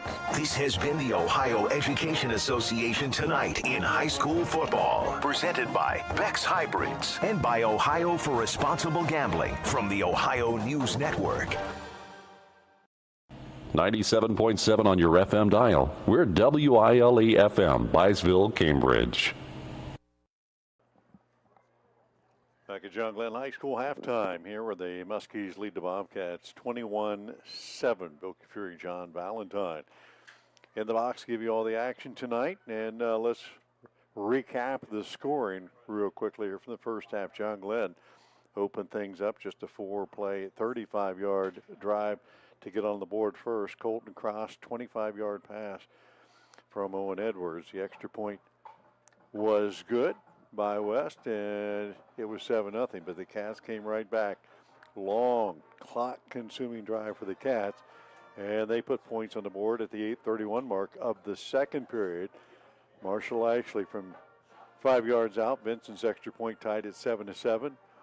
15 plays, 75-yard drive for the Bobcats, but John Glenn came back 2 more possessions. They've scored on all 3 first half possessions. This one, a 6-yard pass from Edwards to Pennington. The extra point made it 14-7, and then with 21 seconds left in the half, Reese Metzger from 14 yards out, and the extra point gave us the margin we have here, 21-7. John Glenn capping off a 58-yard drive there to end the first half, and they will have the ball to start the second half of play as you're listening and watching high school football here on 97.7 WILE and YRP TV. Thanking our sponsors for tonight's broadcast: Doan Ford, Village Hardware and Rental, Action Total Staffing, Bicon Services, West 40 Auto Sales, Shriver's Pharmacy, Anchors Appliance, and North Star Barbershop. And John Valentine, John Glenn has really been unstoppable. They've had the ball 3 times. 3 times they've ended up in the end zone. Bobcats really haven't shown the ability to slow them down. Cambridge did show a little bit of a spurt and a nice drive of their own, but they're not going to go toe-to-toe and score for score with the Muskies. No, you're going to have to control the line of scrimmage, control the clock, limit possessions. That was our keys coming in if you're Cambridge, and it did work on the scoring drive, the long scoring drive they have, but the turning point, it could be in the game, and certainly the score so far was that 4th down play at midfield there with 3 minutes to go. They convert there and move down the field and score. You're going into halftime tied. That's a huge plus if you're Cambridge. On the flip side, though, you don't convert, and now all of a sudden you're down 2 scores, and that's going to be really tough to be able to make up for. Yeah, the way John Glenn has moved the ball not only on the ground but in the air as well. Yeah. Give them the ball to start the second half. And unless something drastic happens with a turnover or whatever, but John Glenn taking good care of the ball. And, if they can't, if Cambridge can't stop them that opening drive of the second half, it's going to be all downhill from there. Yeah, it's going to be real tough to come back from that.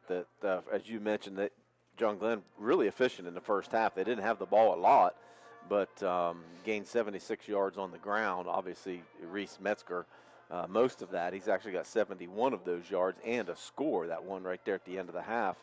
Owen Edwards does have 2 rushes for 5 yards, but Metzger is quick. He can get to the outside.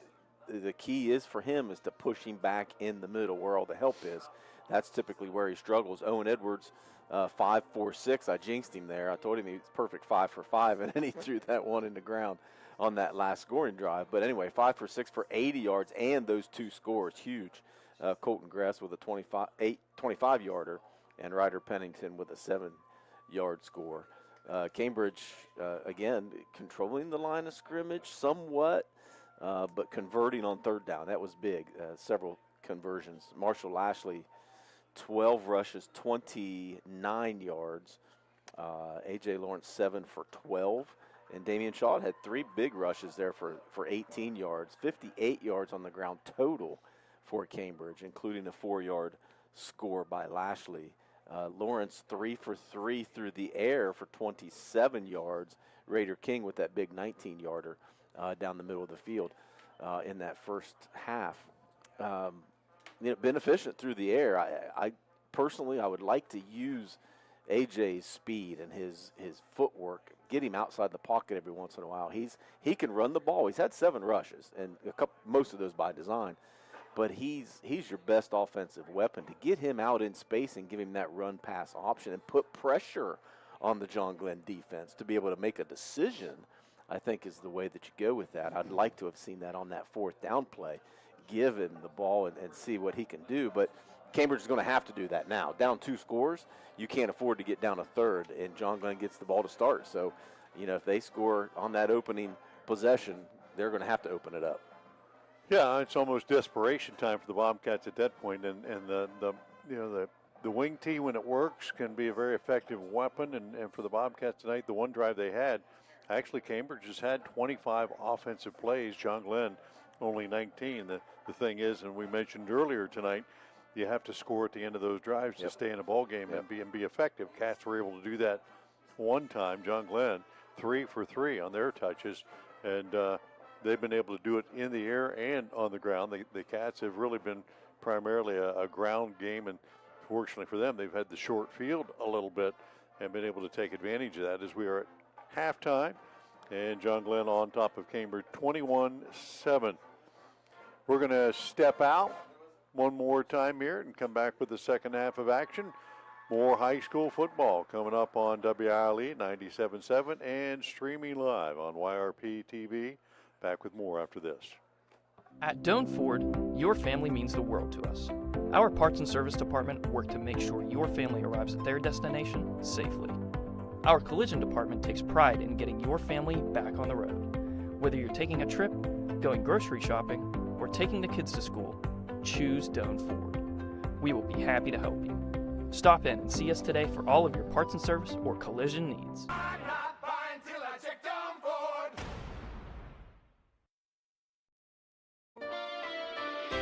Shriver's Pharmacy is a proud supporter of Ohio high school sports, wishing all area athletes, coaches, and parents a healthy and successful season.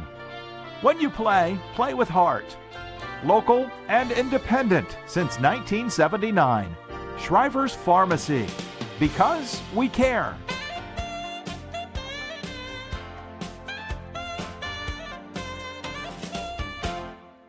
I was sitting in my car and it wouldn't start. I lifted the hood and the engine was falling apart. What would I do? My eyes filled with tears. Then on the radio I heard of West 40 by Pay here, where for a little money down and a little each week, I could have a car, nice, shiny, and sleek. So I walked in the door and I put the money down. Now I got a nice car that I can drive around. West 40 by Pay here will help rebuild your credit. The corner of Dewey and Route 40 in Cambridge, don't you forget it. West 40 Auto Sales, corner of Route 40 and Dewey Avenue in Cambridge, is home of the guaranteed credit approval, with most loans approved while you wait. Go to their website to fill out an online loan application, west40autosales.com. You'll also find their weekly special listed there. Step into North Star Barbershop, 1300 Clark Street, Suite 3, Cambridge, where every cut ends with a crisp razor shave tailored just for you. Our full-service approach delivers sleek fades, classic trims, and polished grooming in a friendly, relaxed vibe. Whether you're prepping for your day or a special event, our expert barbers ensure you leave looking and feeling your best. Ready for a fresh look? Book today on Booksy or call 740-501-8896. Good luck to all high school football teams this season. If you're having any problems with your heating system, you want someone who will be there right away to help. This is Russ Abels. At Abels, we provide emergency service for any brand of heating cooling system 24 hours a day, 7 days a week. Call us. We promise to get you up and running quickly and professionally. And if you ever need a replacement, we'll help you save energy and money with a new high-efficiency system, and we will do a flawless installation. If you need help with your heating, call Abels. Celebrate American pride with Anchor's Appliances. Whether it's a reliable washer, a powerful dryer, or the latest kitchen appliances, they have it all. Experience quality and service that makes your home shine. Visit Anchor's Appliances today at 223 North 1st Street in Cambridge. Make every day a celebration of American craftsmanship with Anchor's Appliances, your trusted hometown store. At Village Hardware and Rental in Barnesville, we've got everything you need for homeowner, contractor, and commercial jobs. From trusted Milwaukee tools and everyday hardware to pro-grade Valspar paint, trusted color you can count on. Plus, we offer paint mixing, key cutting, special orders, and commercial services too. And now, introducing our officially open firearms and ammo department. Fully stocked, trusted, and convenient. Whether you're working, improving, or protecting, Village Hardware and Rental is your one-stop shop. Drop by at 265 South Chestnut Street, Barnesville. Village Hardware and Rental. We make it easy to build the world around you. 97.7 on your FM dial. We're WILE FM, Byesville, Cambridge.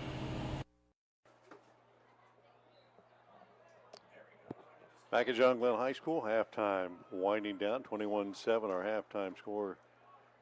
The Muskies on top of the Bobcats. And JB, you have some other area scores that you can inform some of us about. Yeah, a few scores of interest. The big one tonight, Indian Valley visiting Steubenville.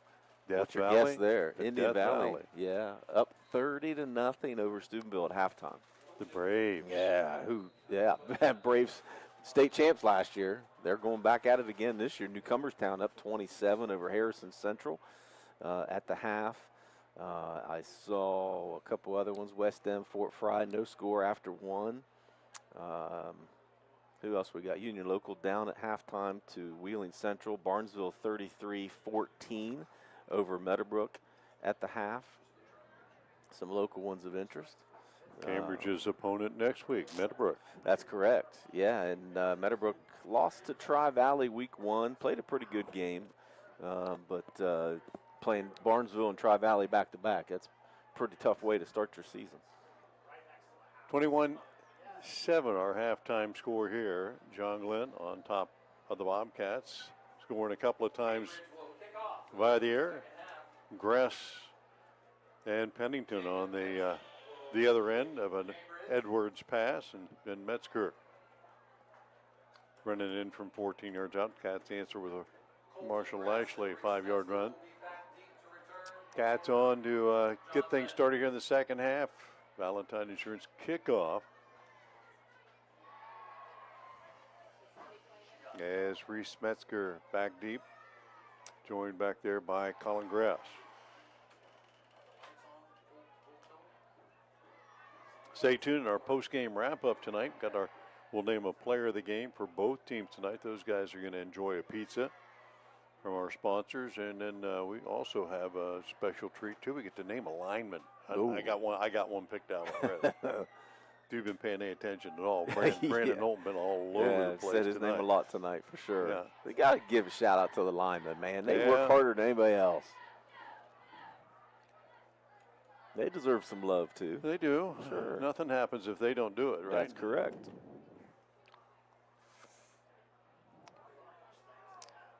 Thank our helpers tonight, our producer in the truck, Dalton. Josie out on camera doing a great job tonight, enjoying the elements.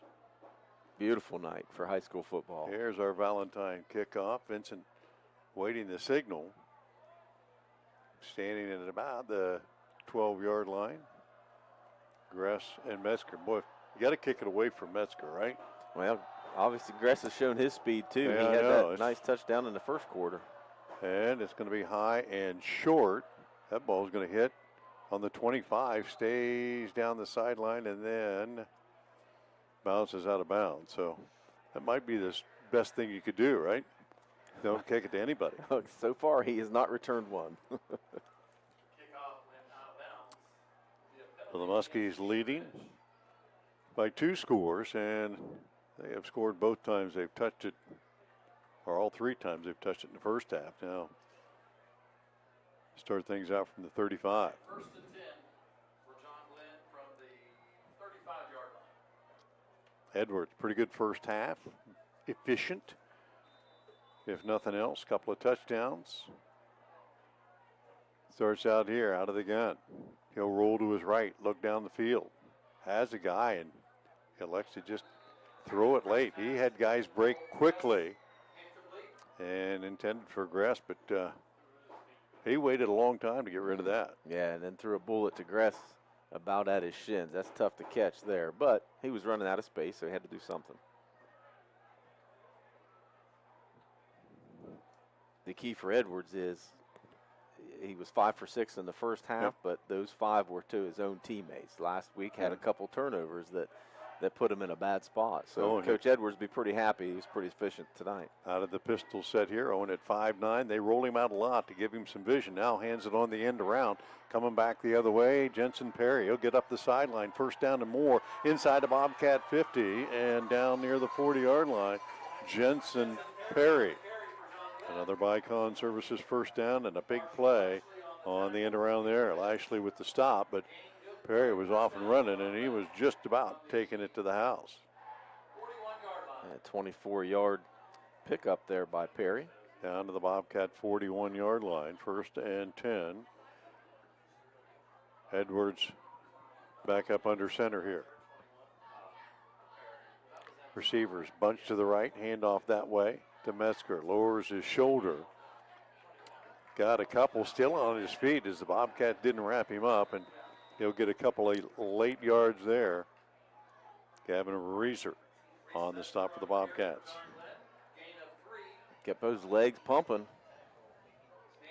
Ended up breaking through and gaining 3 yards after really getting stopped close to the line.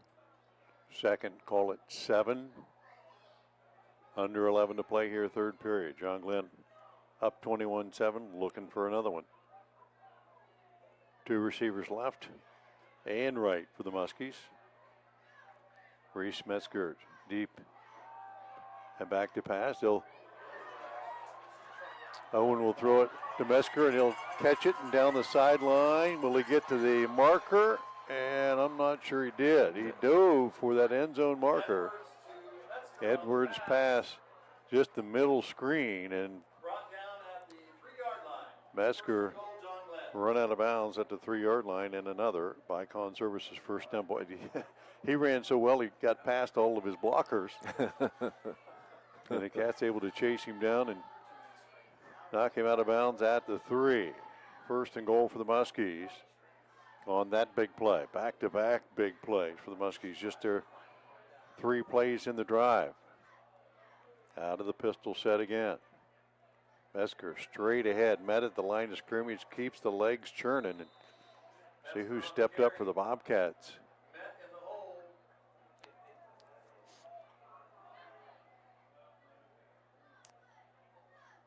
That was King. It was Raider King. Couple of rocks hitting each other there. Got a yard. Metzger almost able to keep those legs churning, but help came defensively. 2nd and goal from the 2-yard line.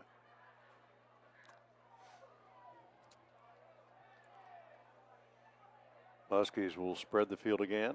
And again, Metzger 2 yards behind instead. Edwards keeps it himself off to the right side, and I don't know if he just saw a spot and decided to go, because he went opposite of where Metzger went and did not get in. Cats able to chase him down. There wasn't any deception to that play. Just Edward trying to beat everybody with his speed and did not get to the edge. So now 3rd and goal. Loss on the play, maybe of a little bit. Yeah, good job by the defensive front for Cambridge to be able to not let him get outside and have to push it back in, and that's where the help was. So good job by that pursuit. So 3rd and goal from the 2. This time Edwards will go under center. Take the snap, straight ahead. Metzger straight ahead and into the end zone. Nobody touched him there.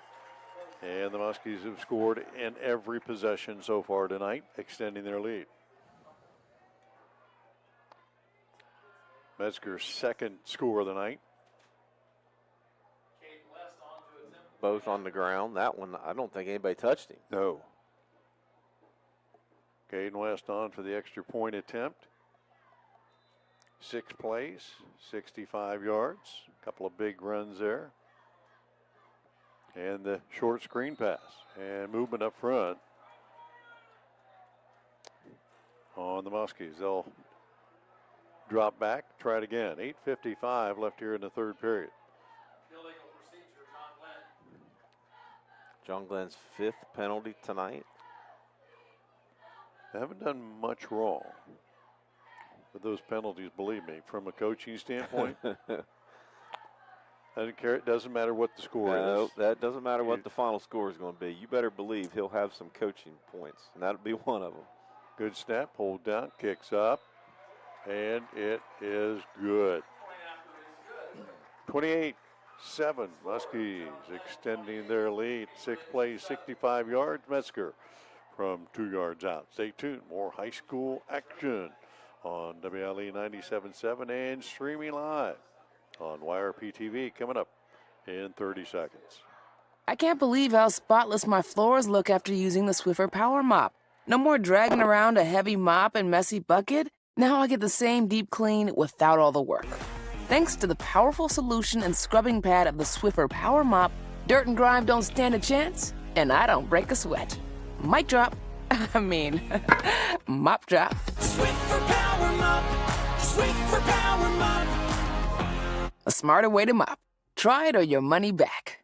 Wesley Financial Group is not a law firm, and Chuck McDowell definitely not an attorney. This is Chuck. If someone talked you into buying something really silly and you want to get out of that silly little thing, my advice, get the facts. Call me and I'll send you our timeshare exit kit absolutely free. Inside, you'll learn how timeshare works and all your options for cancellation. Call Wesley now for your free timeshare exit information kit. 800-761-0000. That's 800-761-0000. Paid for by Wesley Financial Group.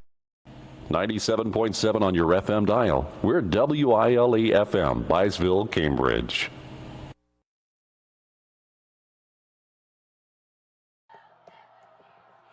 Back at John Glenn High School, and here we go again. Another Valentine Insurance kickoff. Max Morrow boots this one long and deep and out of bounds again. Angled over there towards Morris, so the Cats will take over to the 35. 8:55 left here in the third period. Cats need to roll out another one of those long drives. Well, down by 21 points. They can't afford to make it too long because they've got a lot to make up. Well, obviously part of it is just keeping the ball away from John Glenn. Yeah. Because they have been unstoppable tonight, leading 28-7. Lashley, the lone back in the backfield behind Lawrence. Off and across in motion. Handoff Lashley straight ahead. Pops it through and out near the 40-yard line. Lashley has been the Bobcats' workhorse tonight. Tough going, though. Got 5 on the play. Couple of adjustments, maybe blocking wise up front, but yeah, that's his longest gain of the game. Yeah. That 5-yarder right there. And we got a stoppage here or something. And that they're looking at the clock.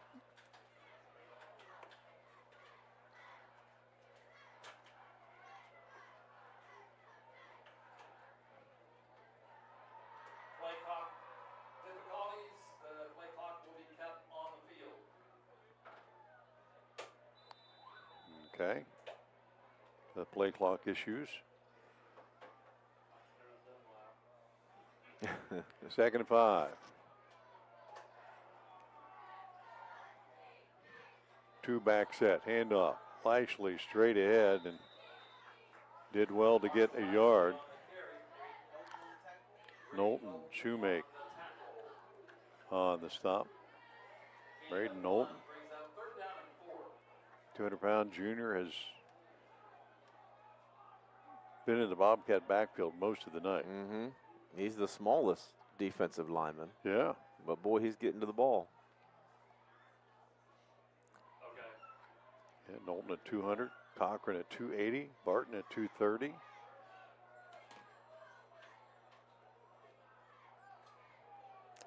3rd and 4.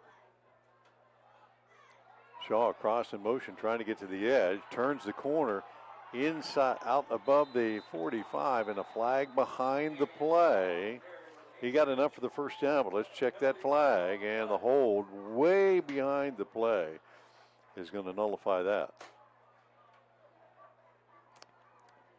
And Shaw ran laterally almost completely to the sideline before he was able to turn it up, and that hold probably out on the wide receiver, don't you think, to get that edge? Well, from where the flag was, way back there. It looked like it was behind. It did. Yeah.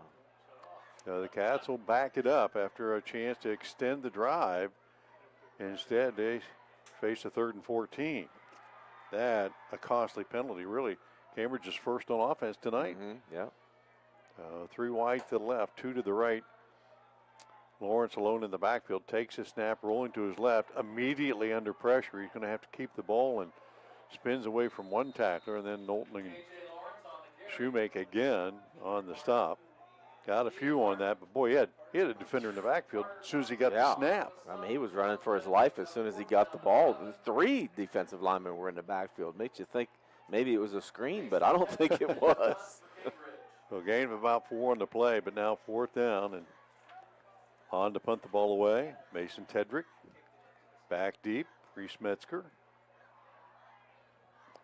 Bad snap last time. This one rolls back to Tedrick too, but he'll pick it up and pooch it down the field. Hits it to 40, takes a couple of hops, and then the defender will get down on it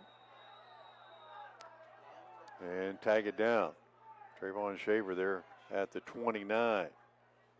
And as he did last week with those punts, kicked it away from the returner to the open field and let that hit the ground, and it rolled another 20 yards. He was very efficient last week and showing he knows what he's doing because he was consistent with it last week, did it again tonight. I can't imagine the anxiety that Mason feels when that ball comes rolling back to him like that.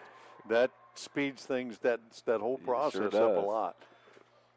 Well, I'm sure being a big guy, he'd like to get that ball, tuck it, and run, though. Well, maybe not. 28-7, Muskies with the ball. Back to pass Edwards. Flush from the pocket to his right, looking down the field. Fires it short on the run, trying to get it to Perry, who had released out of the backfield and probably would have gotten plenty of yards had he just kept it in the run. He had a couple yards there in front of him. Oh, and thrown the ball pretty well tonight, but, and he has to sometimes get to the edge just to see, but you got to set yourself and make an accurate throw there. That at the feet of Perry, he catches that. There's nobody out there with him. Man, it's so tough to do, running full speed like that and Oh, just tossing it out there 5 yards. It's tough to get it on target. 2nd and 10 out of the pistol handoff. Reese Metzger off the right side. Carries a couple of tacklers with him. Got yardage out near the 34-yard line, so a pickup of about 4 on the play. 3rd and 5 or 6 for the Muskies. Back to the line of scrimmage quickly, operating fast here. A 5 wide look. Edwards alone in the backfield. Takes a snap, a low one, looks down the field. Now flushed out up to his right. Flag come in way behind the play. Probably a hold on the Muskies, but Edwards using his feet this time. Picked up yardage for the first down, but there is a penalty flag back at the line of scrimmage. And it will be a holding against the Muskies. I got 3 on them offensively. Yeah, that'll be their 7th overall. And that's a big one. Oh, yeah. Instead of 3rd and about 5, get the down back, but you're going to lose a lot of yardage here. 3rd and 15. Yeah, that would have been a first down conversion all the way up to midfield. Yeah. So it nullifies a huge play.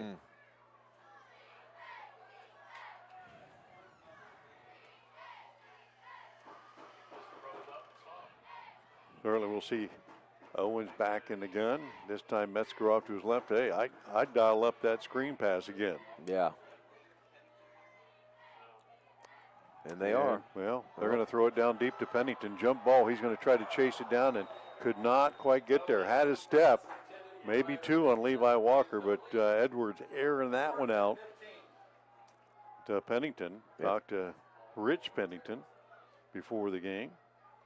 And saw Rich. He's right there in front of us in the stands. Ryder Detz, and he was selected to play in a blue-gray game down in Florida. Okay. High school all-star game. So good speed, big size. Go to those camps, you never know what's going to happen, right? That's right. 4th down. Muskies, first time tonight, they've had to do something other than score a touchdown. Perry on for the punt. Steps and boots it. High floater. The Cats are going to let it hit and then takes a Muskie bounce. And we've talked a couple of times this year. Damian Kissinger back there. He had time to go up and get underneath that one, but did not go aggressively at it. And it takes almost another 20-yard bounce. Oh, easily, yeah. And that's not tough to do with bodies flying at you to concentrate enough to be able to bring that in, but you have to do it. You got to step up and catch it. That's right. Put you back there for that purpose. So Cats lose 20 yards in that exchange. And with 5:12 to go, down 28-7, Cambridge will take over at their own 21-yard line. 1st and 10. Thanking our sponsors tonight, TK Auto, Judy's Barbershop, Patrons Buckeye Mutual Insurance, Doan Ford, Village Hardware and Rental, North Star Barbershop. A.J. Lawrence under center. Marshall Lashley behind him. And the handoff again. Damian Shaw coming out of the wings back spot to his right. Cuts it up inside here. And gets about 3, maybe 3.5. Brings up 2nd down and 7.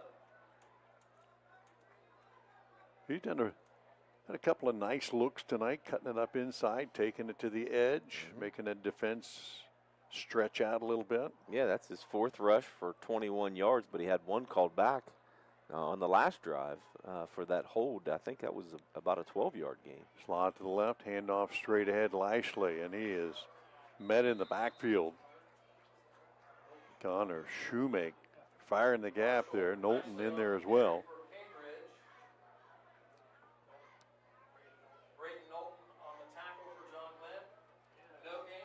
We're not keeping tackles, are we? You keeping tackles? No, I'm not keeping track of tackles, but he's got to have double digits at this point. If I was keeping track, I'd had to take my shoes off a long time ago. 3rd and long for the Cats here from their own 24. Clock winding down. Not a lot of airflow here in the press box. No. We don't need those shoes off. A lot of hot air in the press box. Usual. Kloppen, the deep back in motion, rolling to the right. And Lawrence's pass, trying to get it to Lashley on the out. A little high off his hands, and a flag on the far sideline. Yeah, we had some bodies downfield. Might indicate, some linemen down the field illegally, or they picked it up. Yeah, they'll decline that for sure. Decline. Pat Stroll on the Cat Stroll on the punt team again. Tedrick on. And Metzger back at midfield. Cats have punted the ball a couple of times here, and both times have been poor snaps. Forcing Tedrick into a emergency mode. Well, if Metzger gets his hands on this one on a short field, watch out. High snap, but Tedrick goes up and gets it, pulls it down, and angles it for the sideline, and it takes the Muskie bounce and then knocked out of bounds by one of the Cat defenders. So, Metzger not a chance to get at that one.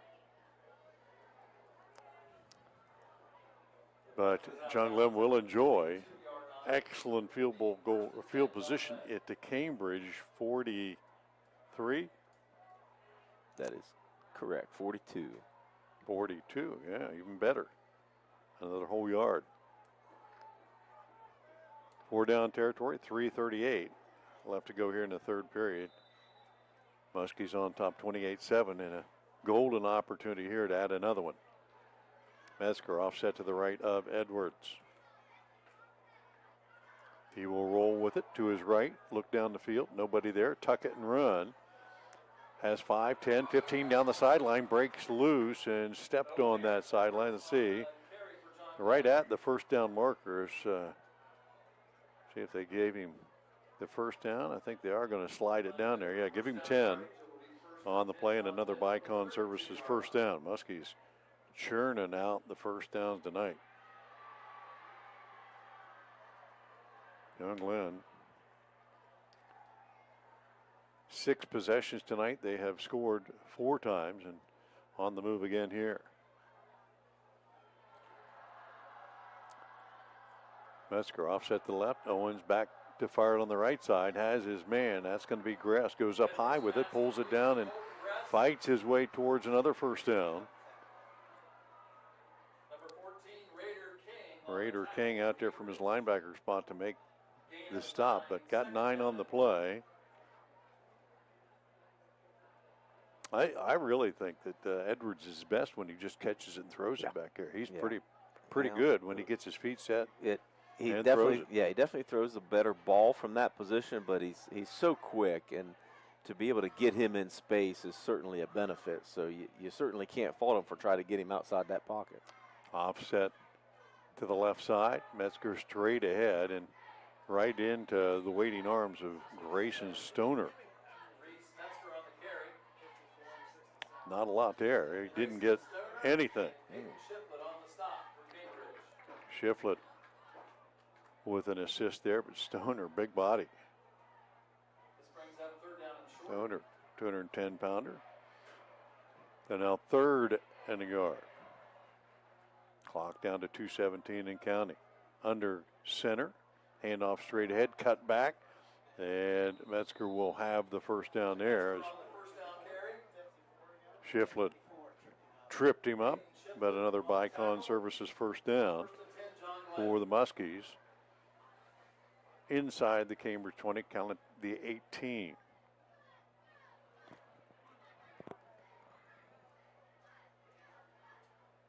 Time quickly ticking away if you're the Bobcats, inside of 2 minutes here in the 3rd. John Glenn has added 1 score here in the 3rd, looking for a second one as we're under 2 minutes, and Lashley's going to be sent off to the sideline. Trayshawn Shaver will replace him.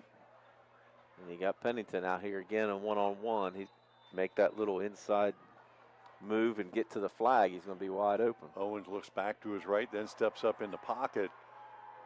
He was looking for Gress in the right end zone. I think maybe had Metzger on the wheel route coming up the right side, and Cats covered that up. He just tucked it and took off. Picked up a couple.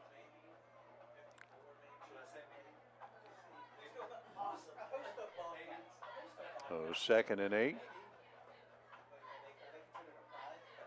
Hoffman in at linebacker now. Shaver comes out for the Cats. 2nd and 8. Coming up on the 1 minute mark. Pennington, 1 of 3, set wide to the left. Handoff straight ahead. Fake to Metzger. Pennington on the bubble screen. Comes inside, makes the catch inside the 10. Still on his feet down around the 8.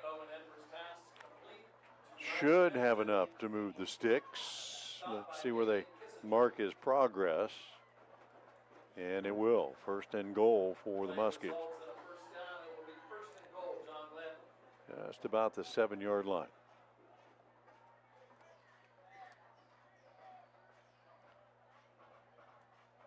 So fresh set of downs for the Muskies here. Leading 28-7. Metzger the lone back.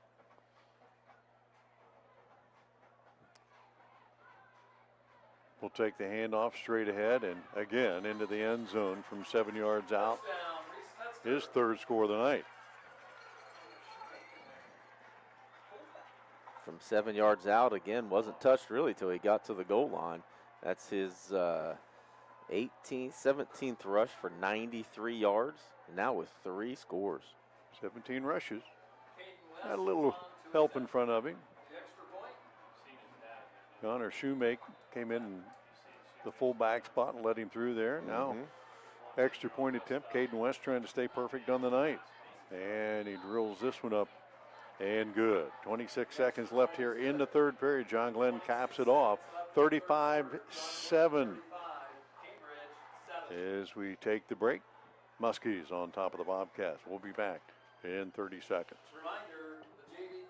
I'm Ted from TK Auto Service at 2303 Glen Highway. And I'm Julie. We've been in business for 26 years, proudly serving this community with reliable and trustworthy auto services. Our customers are like family, and we are committed to keeping your vehicle running smoothly. Whether it's a quick oil change or a major repair, we're here for you. We appreciate your trust and support. Be sure to like us on Facebook and follow us on Instagram to stay updated and connected. Thanks for choosing TK Auto Services. We're here because of you.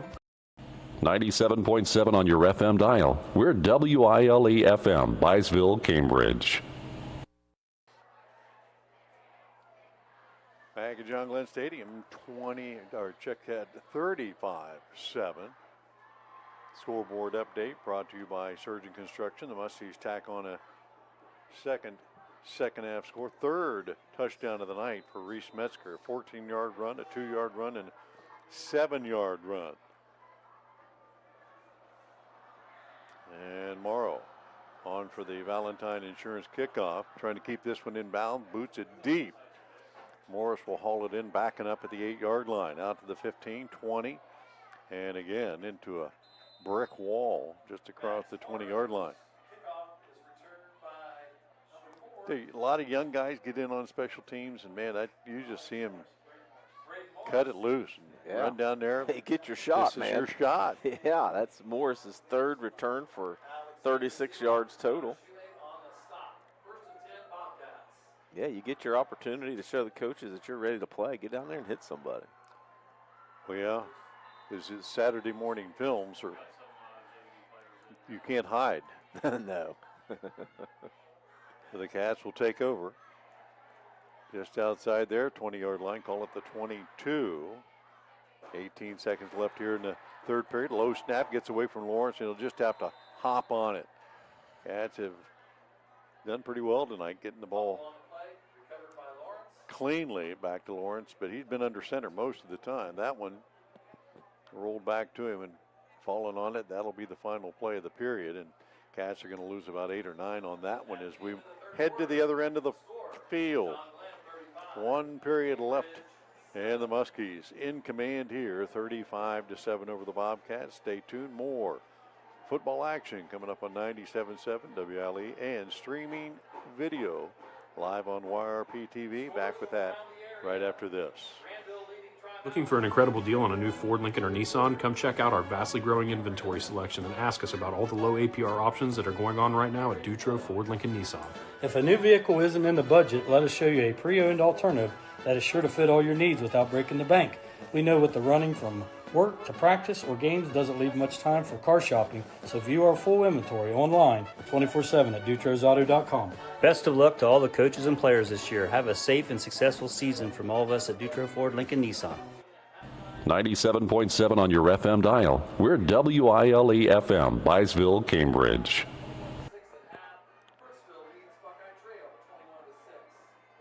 John Glenn, as we start the fourth quarter of play, 35-7.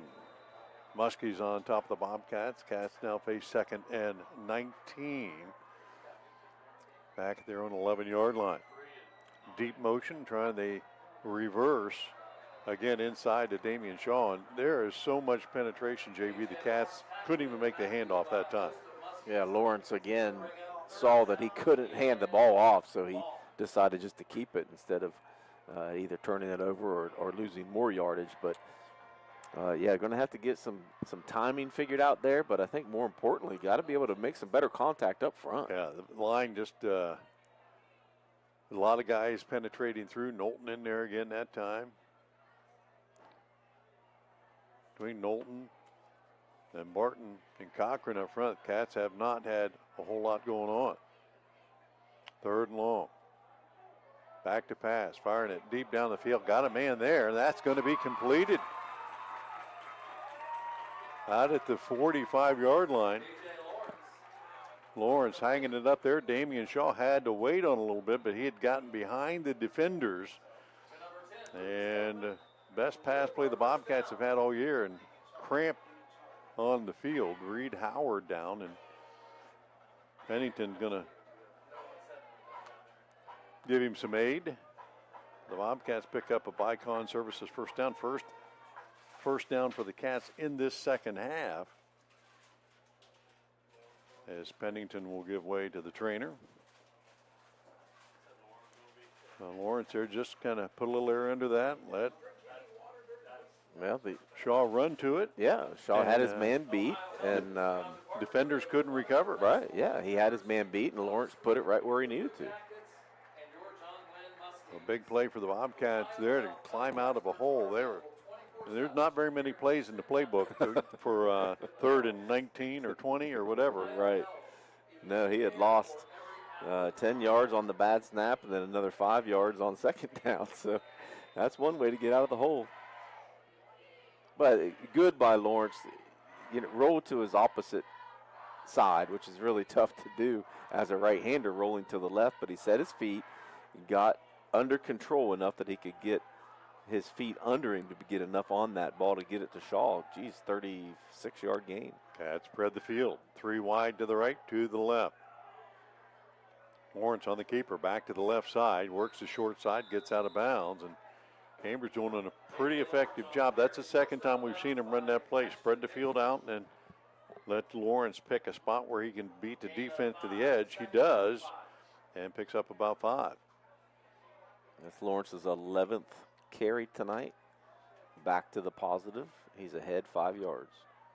That's tough on the quarterback because he gets all the anything negative. A lot of negatives on here. Tack it on the quarterback. Yep. 2nd and 5. 2 back set for the Bobcats. Handoff straight ahead, Lashley. And he'll drag defenders for 3 or 4. Cochran, Barton down there. And it looks like Cochran gets up a little slowly. Well, he's holding a place on the body you don't want to get hit very often. No, it's... We laugh, Carter, because we've been there. Yeah, who hasn't if you played this game? 4-yard gain for Lashley on the play. So 3rd, about 1.5 yards for the Cats, and certainly at this stage of the game, of course, you're in John Glenn territory. 10:24 left, you're down 35-7. You're probably thinking you got 2 plays to pick this up if you need to.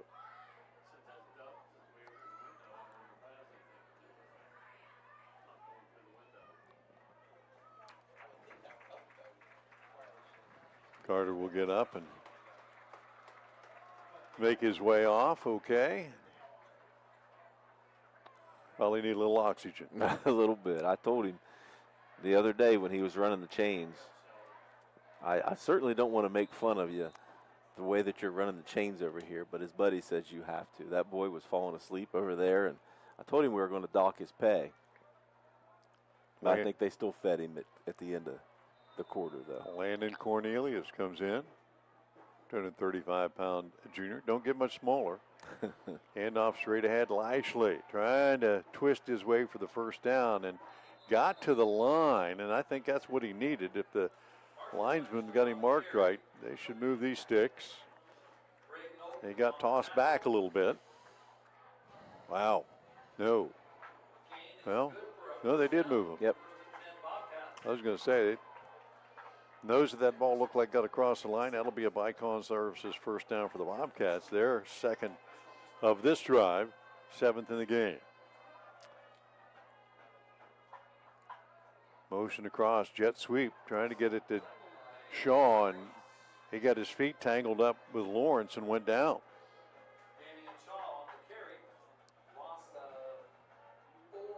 So lost a few, maybe 4 on that play.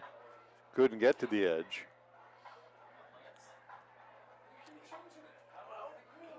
So 2nd and long. Lawrence, I'd like to put a pedometer on Lawrence and just find out how many steps he's taken in every game to the sideline, every play. Yeah. Well, if you ever want anybody to do that, you got to make sure it's your quarterback. He's not going to get tired. Deep motion this time as Lawrence rolls to his left, steps up in the pocket, then back to the right, got to the edge. has 5, 10, 15, and then finally drug out of bounds. He'll have the first down. A.J. Lawrence that time gave up on the pass pretty quickly, but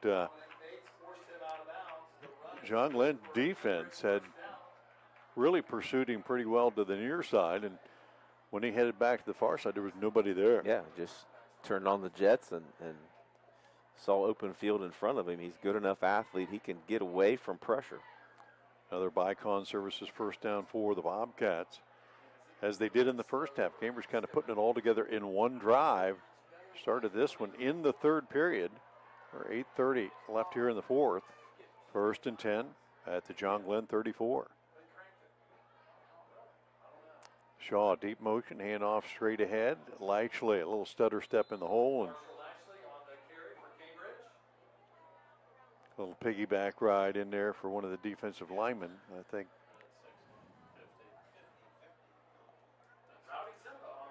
Rowdy Zimba stepping into the game. Got the tackle there as the Muskies start to mix in a few clean jerseys.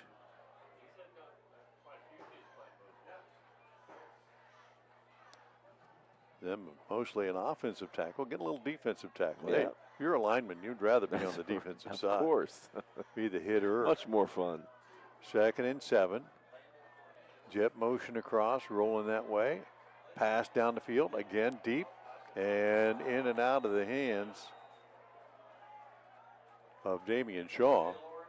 Lawrence trying to go deep down the middle, and the defender again was giving chase, was able to just put a hand up at the end and knock it away. But Shaw almost came away with that one. Yeah, I mean, if there wasn't pressure in the backfield, Lawrence again he rolled to his left, had to be able to stop, set his feet, get his weight in a situation where he could throw it and get some mustard on it, and didn't get a lot of extra time to be able to do that. That's kind of why it fluttered a little bit and was short. 3rd and long. 7:37, clock stop. 35-7, Muskies on top. Cambridge in John Glenn territory. Shaw, deep motion, takes the handoff, cuts it up inside, and not much there. And a flag comes in. Might be a face mask in there. Yeah. Jimmy Boyd making contact, but might have made contact with the face mask. And indeed, I think that's going to be the call. And the Bobcats going to move the 6 here. Another one via the penalty. And again, equal opportunity for us tonight. Bicon Services sponsoring all of our first downs and keeping the Cambridge drive alive. That was their 10th play. Clock back in motion at the 7-minute mark. 1st and 10, just outside the Muskie 15.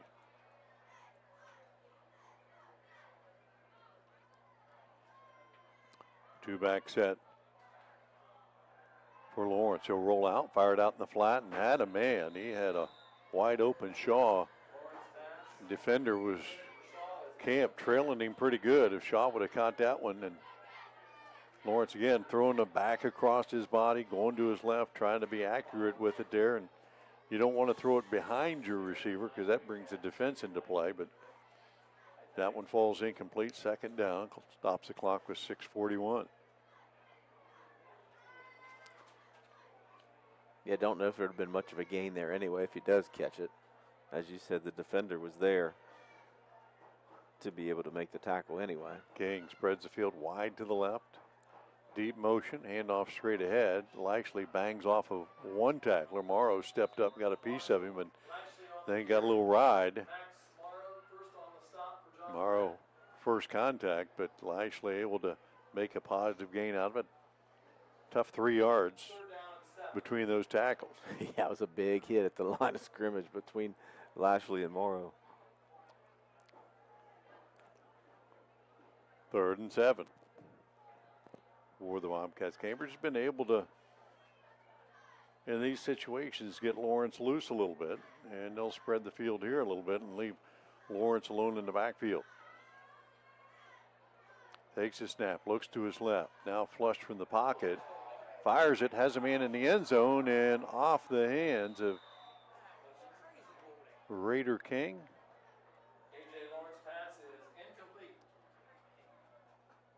I believe so. He had another man on the outside. That's who I thought he was actually throwing it to. It looked a little more wide open, but King, if he catches that, is right at the 1 yard line. So now 4th down for the Cats, and play 14. This drive started back at the Cambridge 22-yard line with 18 seconds left in the third period. They're down to the 5:52 mark here. Yeah, I would say one of those receivers were not in the right spot because they were pretty close to each other. Don't Though typically. no defenders were in the area, though, either, so they were both wide open. 4th and 7 for the Cats. Lawrence rolling to his left, now steps up in the pocket, makes one guy miss, still on his feet at the 5, down to the 2 and into the end zone. 14-yard scamper, A.J. Lawrence, no flags on the play. And Lawrence just kind of, whether he's trying to draw the defense up the field and gain some space, but he did a nice job that time. Yeah, and put on a couple moves there about the 5-6 yard line to make a couple guys miss and put his shoulder down to be able to work his way into the end zone. 5:42 left in the game. Cats strike their second time tonight. High snap for Vincent, but the hold down and the kick up and good. So the Bobcats respond a 14-play, 78-yard drive, 68-yard drive for the Cats there to take it into pay dirt. Lawrence from 14 yards out, 35-14. 5:42 left to go tonight as the Bobcats show that they're not done yet. Want to thank our sponsors for tonight's contest: Judy's Barbershop, TK Auto Service, Anchor's Appliance, Shriver's Pharmacy, Action Total Staffing, Cedar Ridge Behavioral Health Solutions, Allwell Behavioral Health Services, and Guernsey Muskingum Electric Cooperative. Getting the players squared away on the field.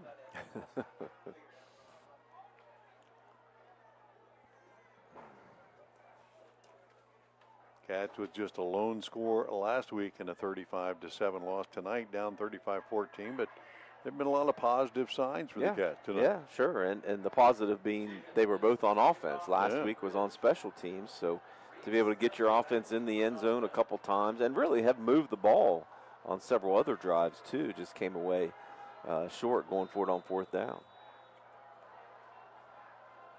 Valentine Insurance kickoff. Vincent will approach. Kick it short, taken by Metzger at the 21-yard line. Got a wedge in front of him out to the 40. Hops over a man, 50, down the sideline, one man to beat, and he's going to do it. Taking it to the bank. 75-yard touchdown return. Reese Metzger. And that's why you keep kicking it out of bounds, right? Yeah, well, you knew that he's a difference maker. And he hadn't touched the ball yet on a kickoff. Don't think he got touched that time. Well, he definitely did not get touched by the defense either. No. So John Glenn responds with a special team score. That didn't take too long. 5:28 left in the game. Metzger's 4th score tonight. All of them in the second half here. Extra point up and good by West.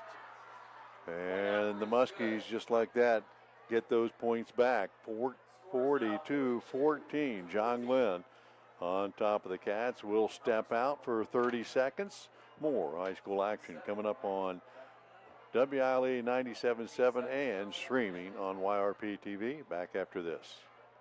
Honestly, we've all been there. That place where it's past anxiety, past focus, where even reaching out to your closest friend feels too hard. I'm Crystal Reynolds with Cedar Ridge Behavioral Health Solutions. We understand how fast those feelings can take over, especially with the stress of work, family, and life. That's why we've opened a mental health urgent care clinic in Cambridge, Ohio, Monday through Friday, 8 a.m. to 5 p.m. No appointment needed. Just walk in. Come in today. Feel better today. Call us, Cedar Ridge Behavioral Health Solutions, Mental Health Urgent Care. 97.7 on your FM dial. We're WILE FM, Byesville, Cambridge.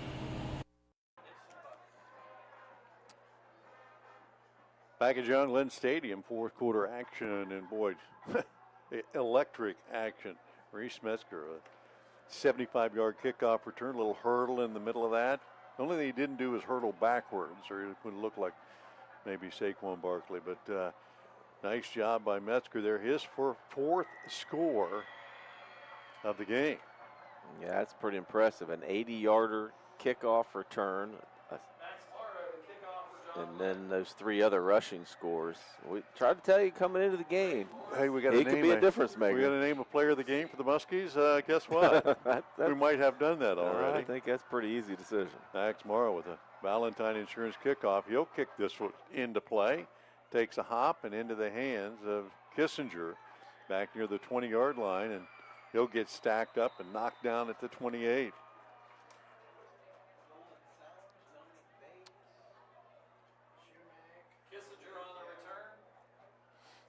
Bobcats had only had a couple of chances to kick off tonight, and both times had not kicked it in the direction of Metzger, and now we know why.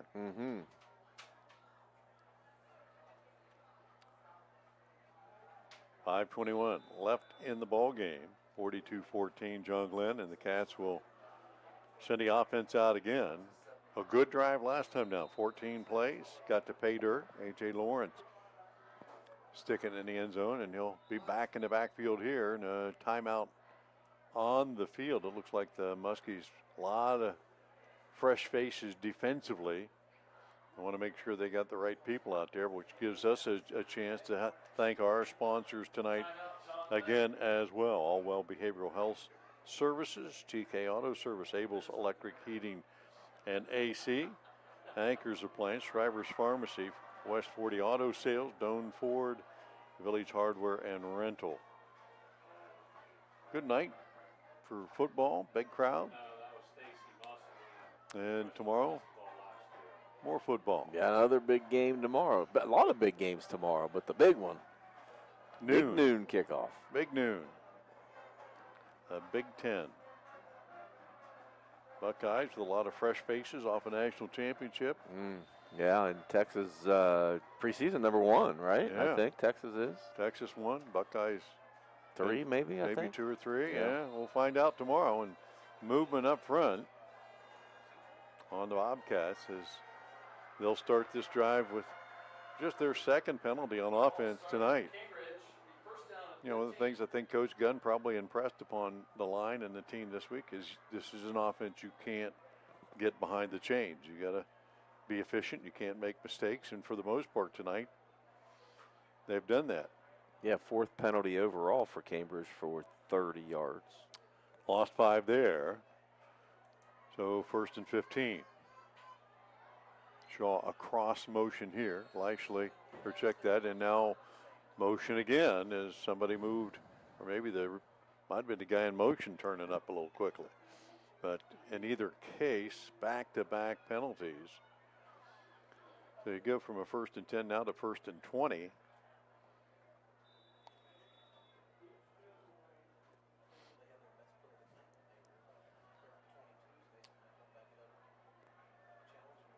All new jerseys in defensively for the Muskies, though.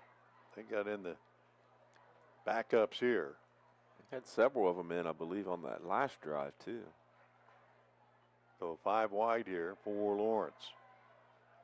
Works from his own 20. Quarterback draw straight ahead, and he'll drag a couple of those defenders out near the 25-yard line. Got 5 of them back.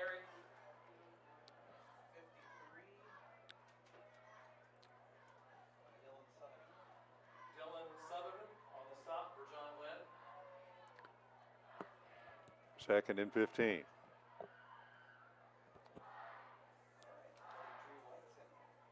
Fresh faces in new places for the Muskies defense here as the Cats again will spread the field 5 wide.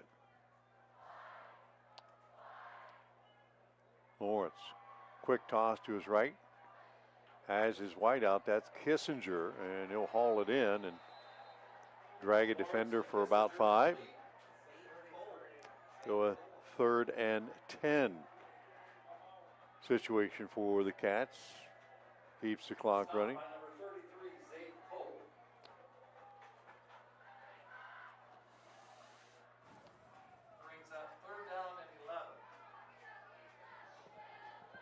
If Lawrence can pull some magic out of the hat again here. He's done that a couple of times tonight. Levi Walker runs in late. He'll head out to wide out on the right side. 5 wide, 3 to the left for Lawrence. He'll roll to his left, looks down the field, fires it back down the middle, has a man there.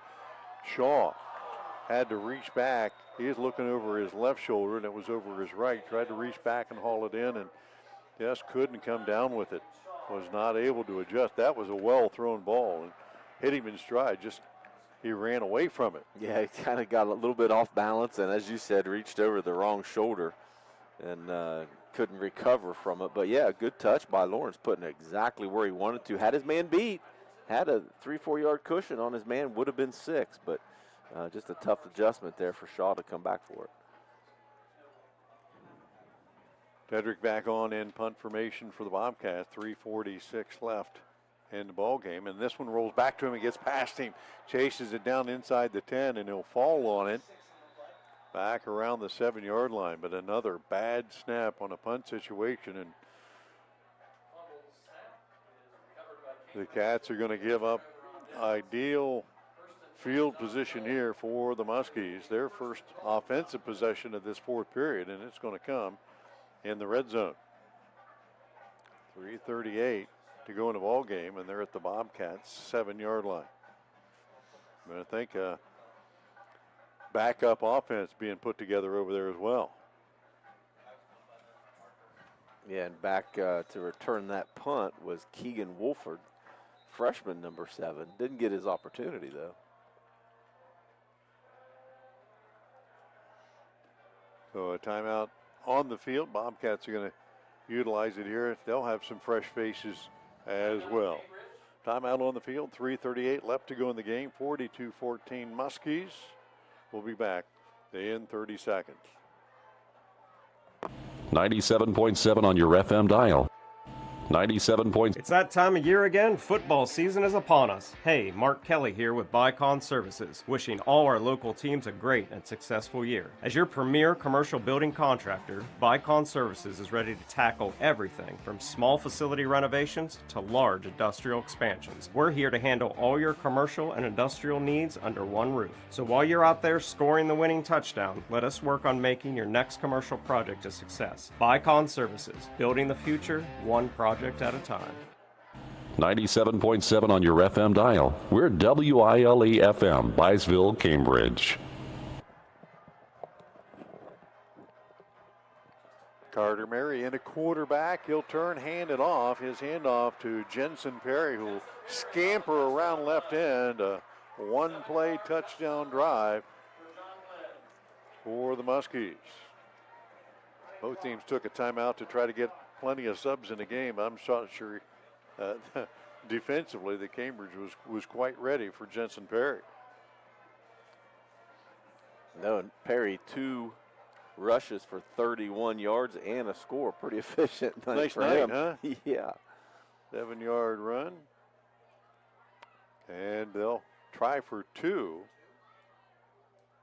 Carter Murray, the quarterback. Perry in it, the running back. They'll hand it to him straight ahead, and he'll carry it on into the end zone. Untouched there. They'll give him 2 more.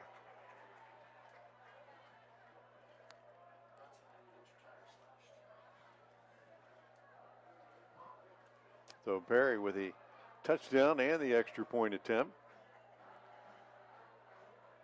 Extending the lead. 50-14. Muskies had a lot of points here late. Just 3:03 left in the ball game. Didn't take long to put points back on the board there, but running up those numbers a little bit, even with the backups. Of course, that's just some preliminary action before these guys face each other tomorrow morning, right? Game in the morning, sure. Well, you get the subs in the game. Again, they're not just going to lay down. They want that ball in their hands, and they want it in the end zone too. So they're going to do everything they can to make sure that they score. They're not worried about what the final score is. They want the ball. 9 o'clock start tomorrow. Yes, sir. At Cambridge. Correct.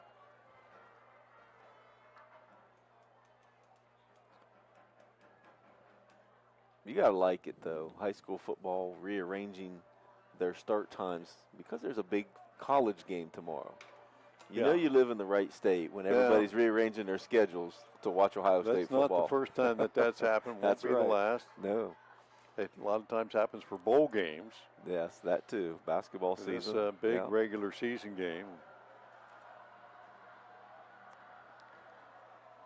Another Valentine Insurance kickoff coming up. Max Morrow, he's booted a couple deep here.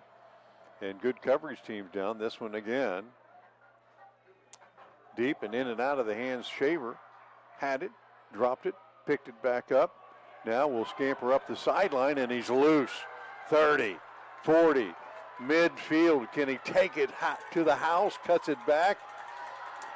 And it looks like he will score.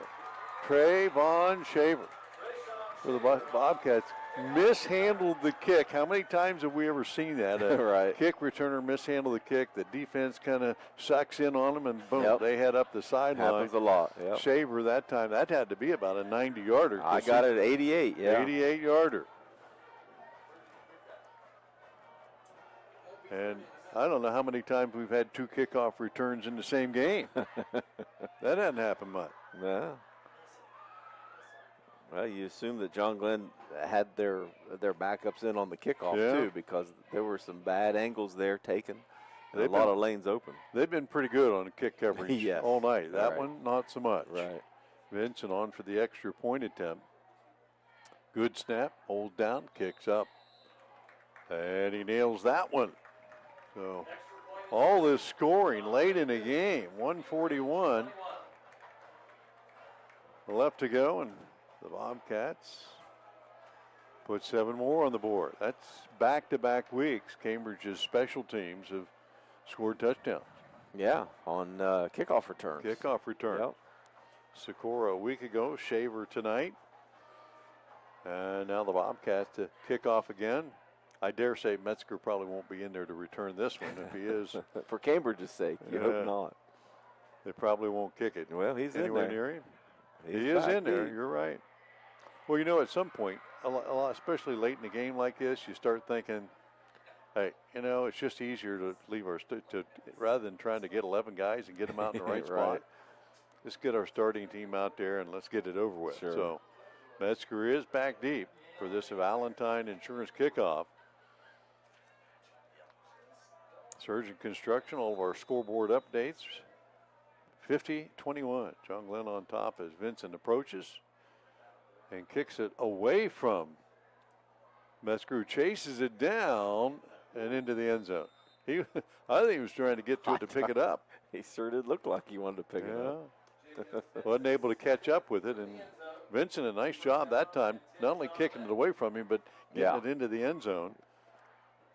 1:41 to go in the game.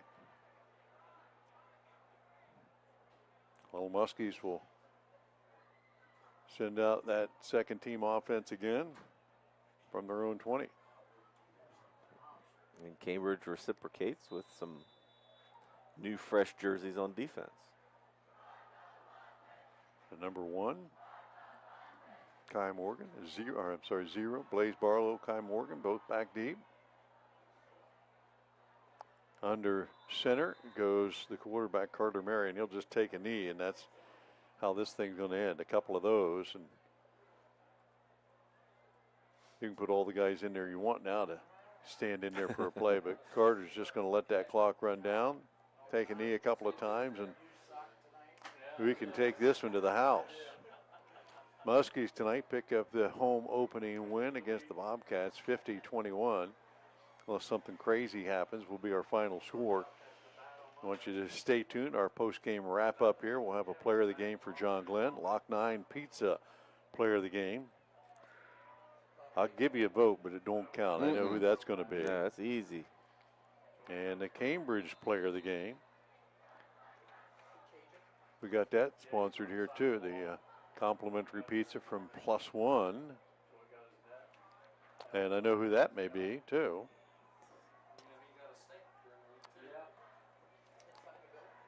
And then we have a lineman of the game. The Guernsey Muskingum Electric Cooperative lineman of the game. I'll give you a vote there. You already made that decision a long time ago. Clock down to 20 seconds, and Carter will take another knee. Teams are going to line up, and this one's going to be over.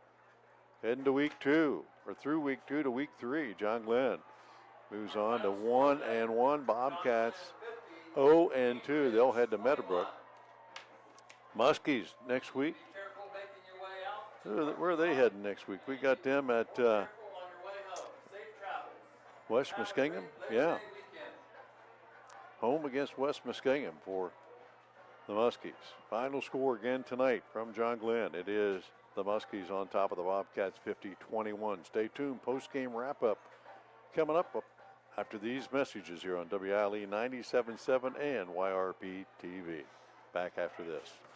For 129 years, Patrons Buckeye Mutual Insurance has proudly provided coverage for homes, farms, and families across Ohio. Our commitment to reliable, affordable insurance is something you can count on. Agents who write for us can be found at patronsbuckeye.com. Whether you're protecting your home, your land, or your legacy, we offer personalized service and true hometown care. Trust a neighbor. Trust experience. Trust Patrons Buckeye Mutual. Visit us at 16050 McConnellsville Road in Caldwell or find us on Facebook. Coverage that cares. Close to home.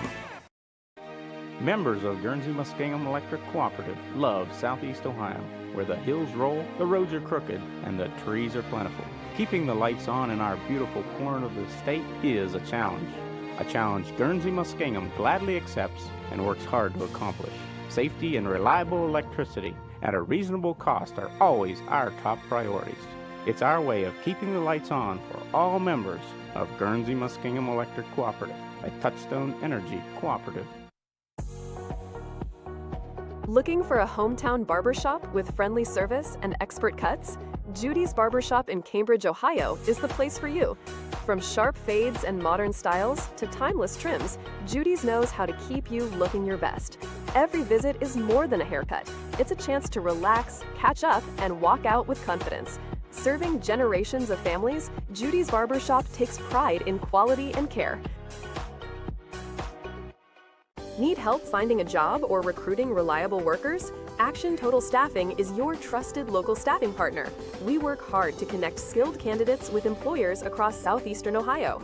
Action Total Staffing provides industrial, administrative, temp to hire, direct hire, and seasonal staffing solutions. Since 1994, our staff has offered personalized screenings and in-person interviews to match top talent with great opportunities. Visit our Zanesville location to launch your next chapter with Action Total Staffing. Doan Ford is your destination for the ultimate Ford experience. Discover the thrill of the open road in a brand new Ford vehicle. Experience cutting-edge technology and safety features designed with you in mind. Whether it's the versatile Ford Escape SUV, the powerful Ford F-150, or the stylish Ford Bronco, you'll drive away with confidence, knowing you've made the right choice. Quality, service, and trust. That's the Doan Ford experience.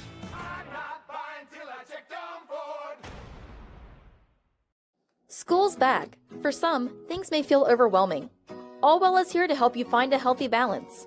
Our behavioral health services can keep your mind on track, while our primary care services can keep your body healthy. Our mission is to help people feel better, think more clearly, make good decisions, and have healthy relationships. We have offices in Zanesville, Coshocton, New Lexington, McConnellsville, Caldwell, and now on Wheeling Avenue in Cambridge. Visit us at allwell.org. Be well, stay well, all well. 97.7 on your FM dial. We're WILE FM, Byesville, Cambridge.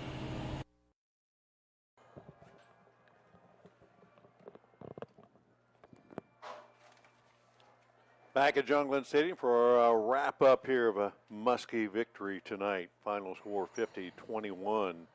John Glenn scoring early and often on the Bobcats tonight. 7-0 quick score for the Muskies in the first period. Colton Gress, 25-yard pass from Owen Edwards. The extra point by West made it 7-0. Cats would respond. Marshall Lashley. The 8:31 mark of the second period, a 15-play drive by the Bobcats, and the extra point by Vincent made it 7-7. But then it was all John Glenn. A 6-yard pass, Edwards to Pennington, 14-7. Just before half, Metzger would add the first of 4 touchdowns for Reese. capping a 58-yard drive, 21-7 halftime score, and then more Reese scored a 2-yarder in the third period, another touchdown with just 26 seconds left from 7 yards out. He would add a 75-yard kickoff return after the Bobcats. A.J. Lawrence would score early fourth period, and then the JVs would come in and finish it out. Jensen Perry, a 7-yard run, and on the ensuing kickoff, Trayvon Shaver for the Bobcats, an 88-yard kickoff return. Lots of highlights, lots of fireworks, lots of crazy stuff happening, but the Muskies come out with their first victory of the year. They go to 1-1 on the season. The Bobcats drop to 0-2. And in the meantime, you're adding all that stuff up like crazy and ran out of pencil and lead went dry and all that stuff, huh? We did. Well, it kind of turned out the way we kind of expected. John Glenn was pretty efficient after coming off the disappointing loss last week against Maysville. They threw the ball decent tonight.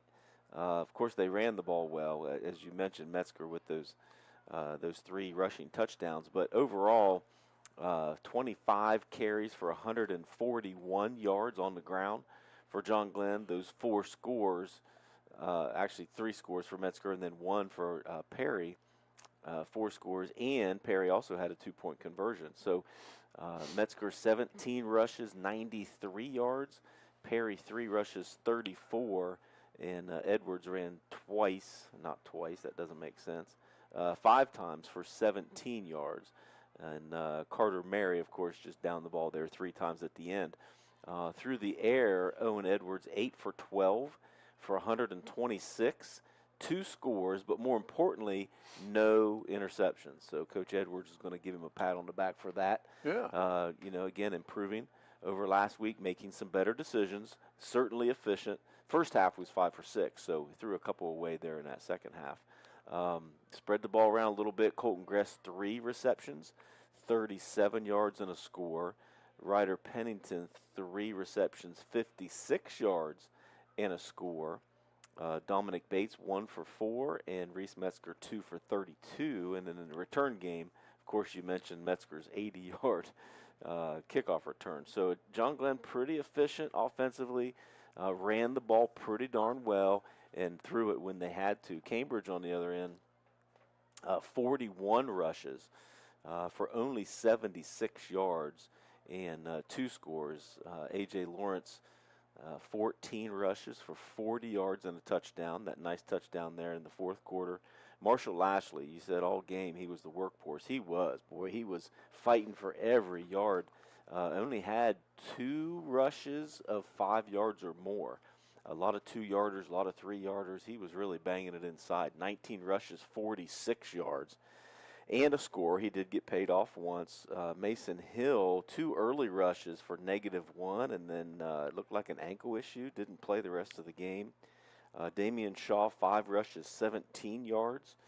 So 41 for 76 total. A.J. Lawrence through the air, 5 for 10 for 67 yards. A couple long ones there that were really close to being converted that fell short.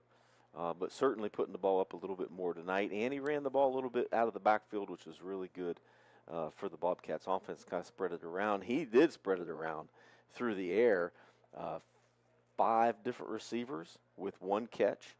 And that's Damian Shaw, Damian Kissinger, Lucas Loffman, Mason Hill, and Raider King all had 1 each. And then in the return game, we actually had a couple guys. Braden Morris, 3 kickoff returns for 36 yards. Trayson Shaver, though, the big one, 2 returns for 98 yards. The big one was that 88-yarder right there at the end. So, Cambridge's offense a little bit more efficient. I think they did a really good job the first half controlling the tempo, right? Slowing John Glenn down, not giving them as many possessions, but that 4th down missed conversion there at the end of the first half was huge momentum swing. Well, yeah, both teams obviously showed improvement from week 1 to week 2. That's, the old cliche is you make your most improvement from week 1 to 2. And the Cast tonight A couple of big drives, a 15-play drive that ended up in a touchdown, a 14-play drive that ended up with the score. And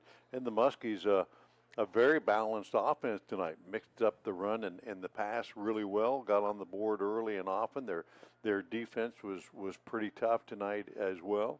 But the Cats able to show that they can sustain a drive if they can stay mistake-free. And that's something that they've got to continue to build on.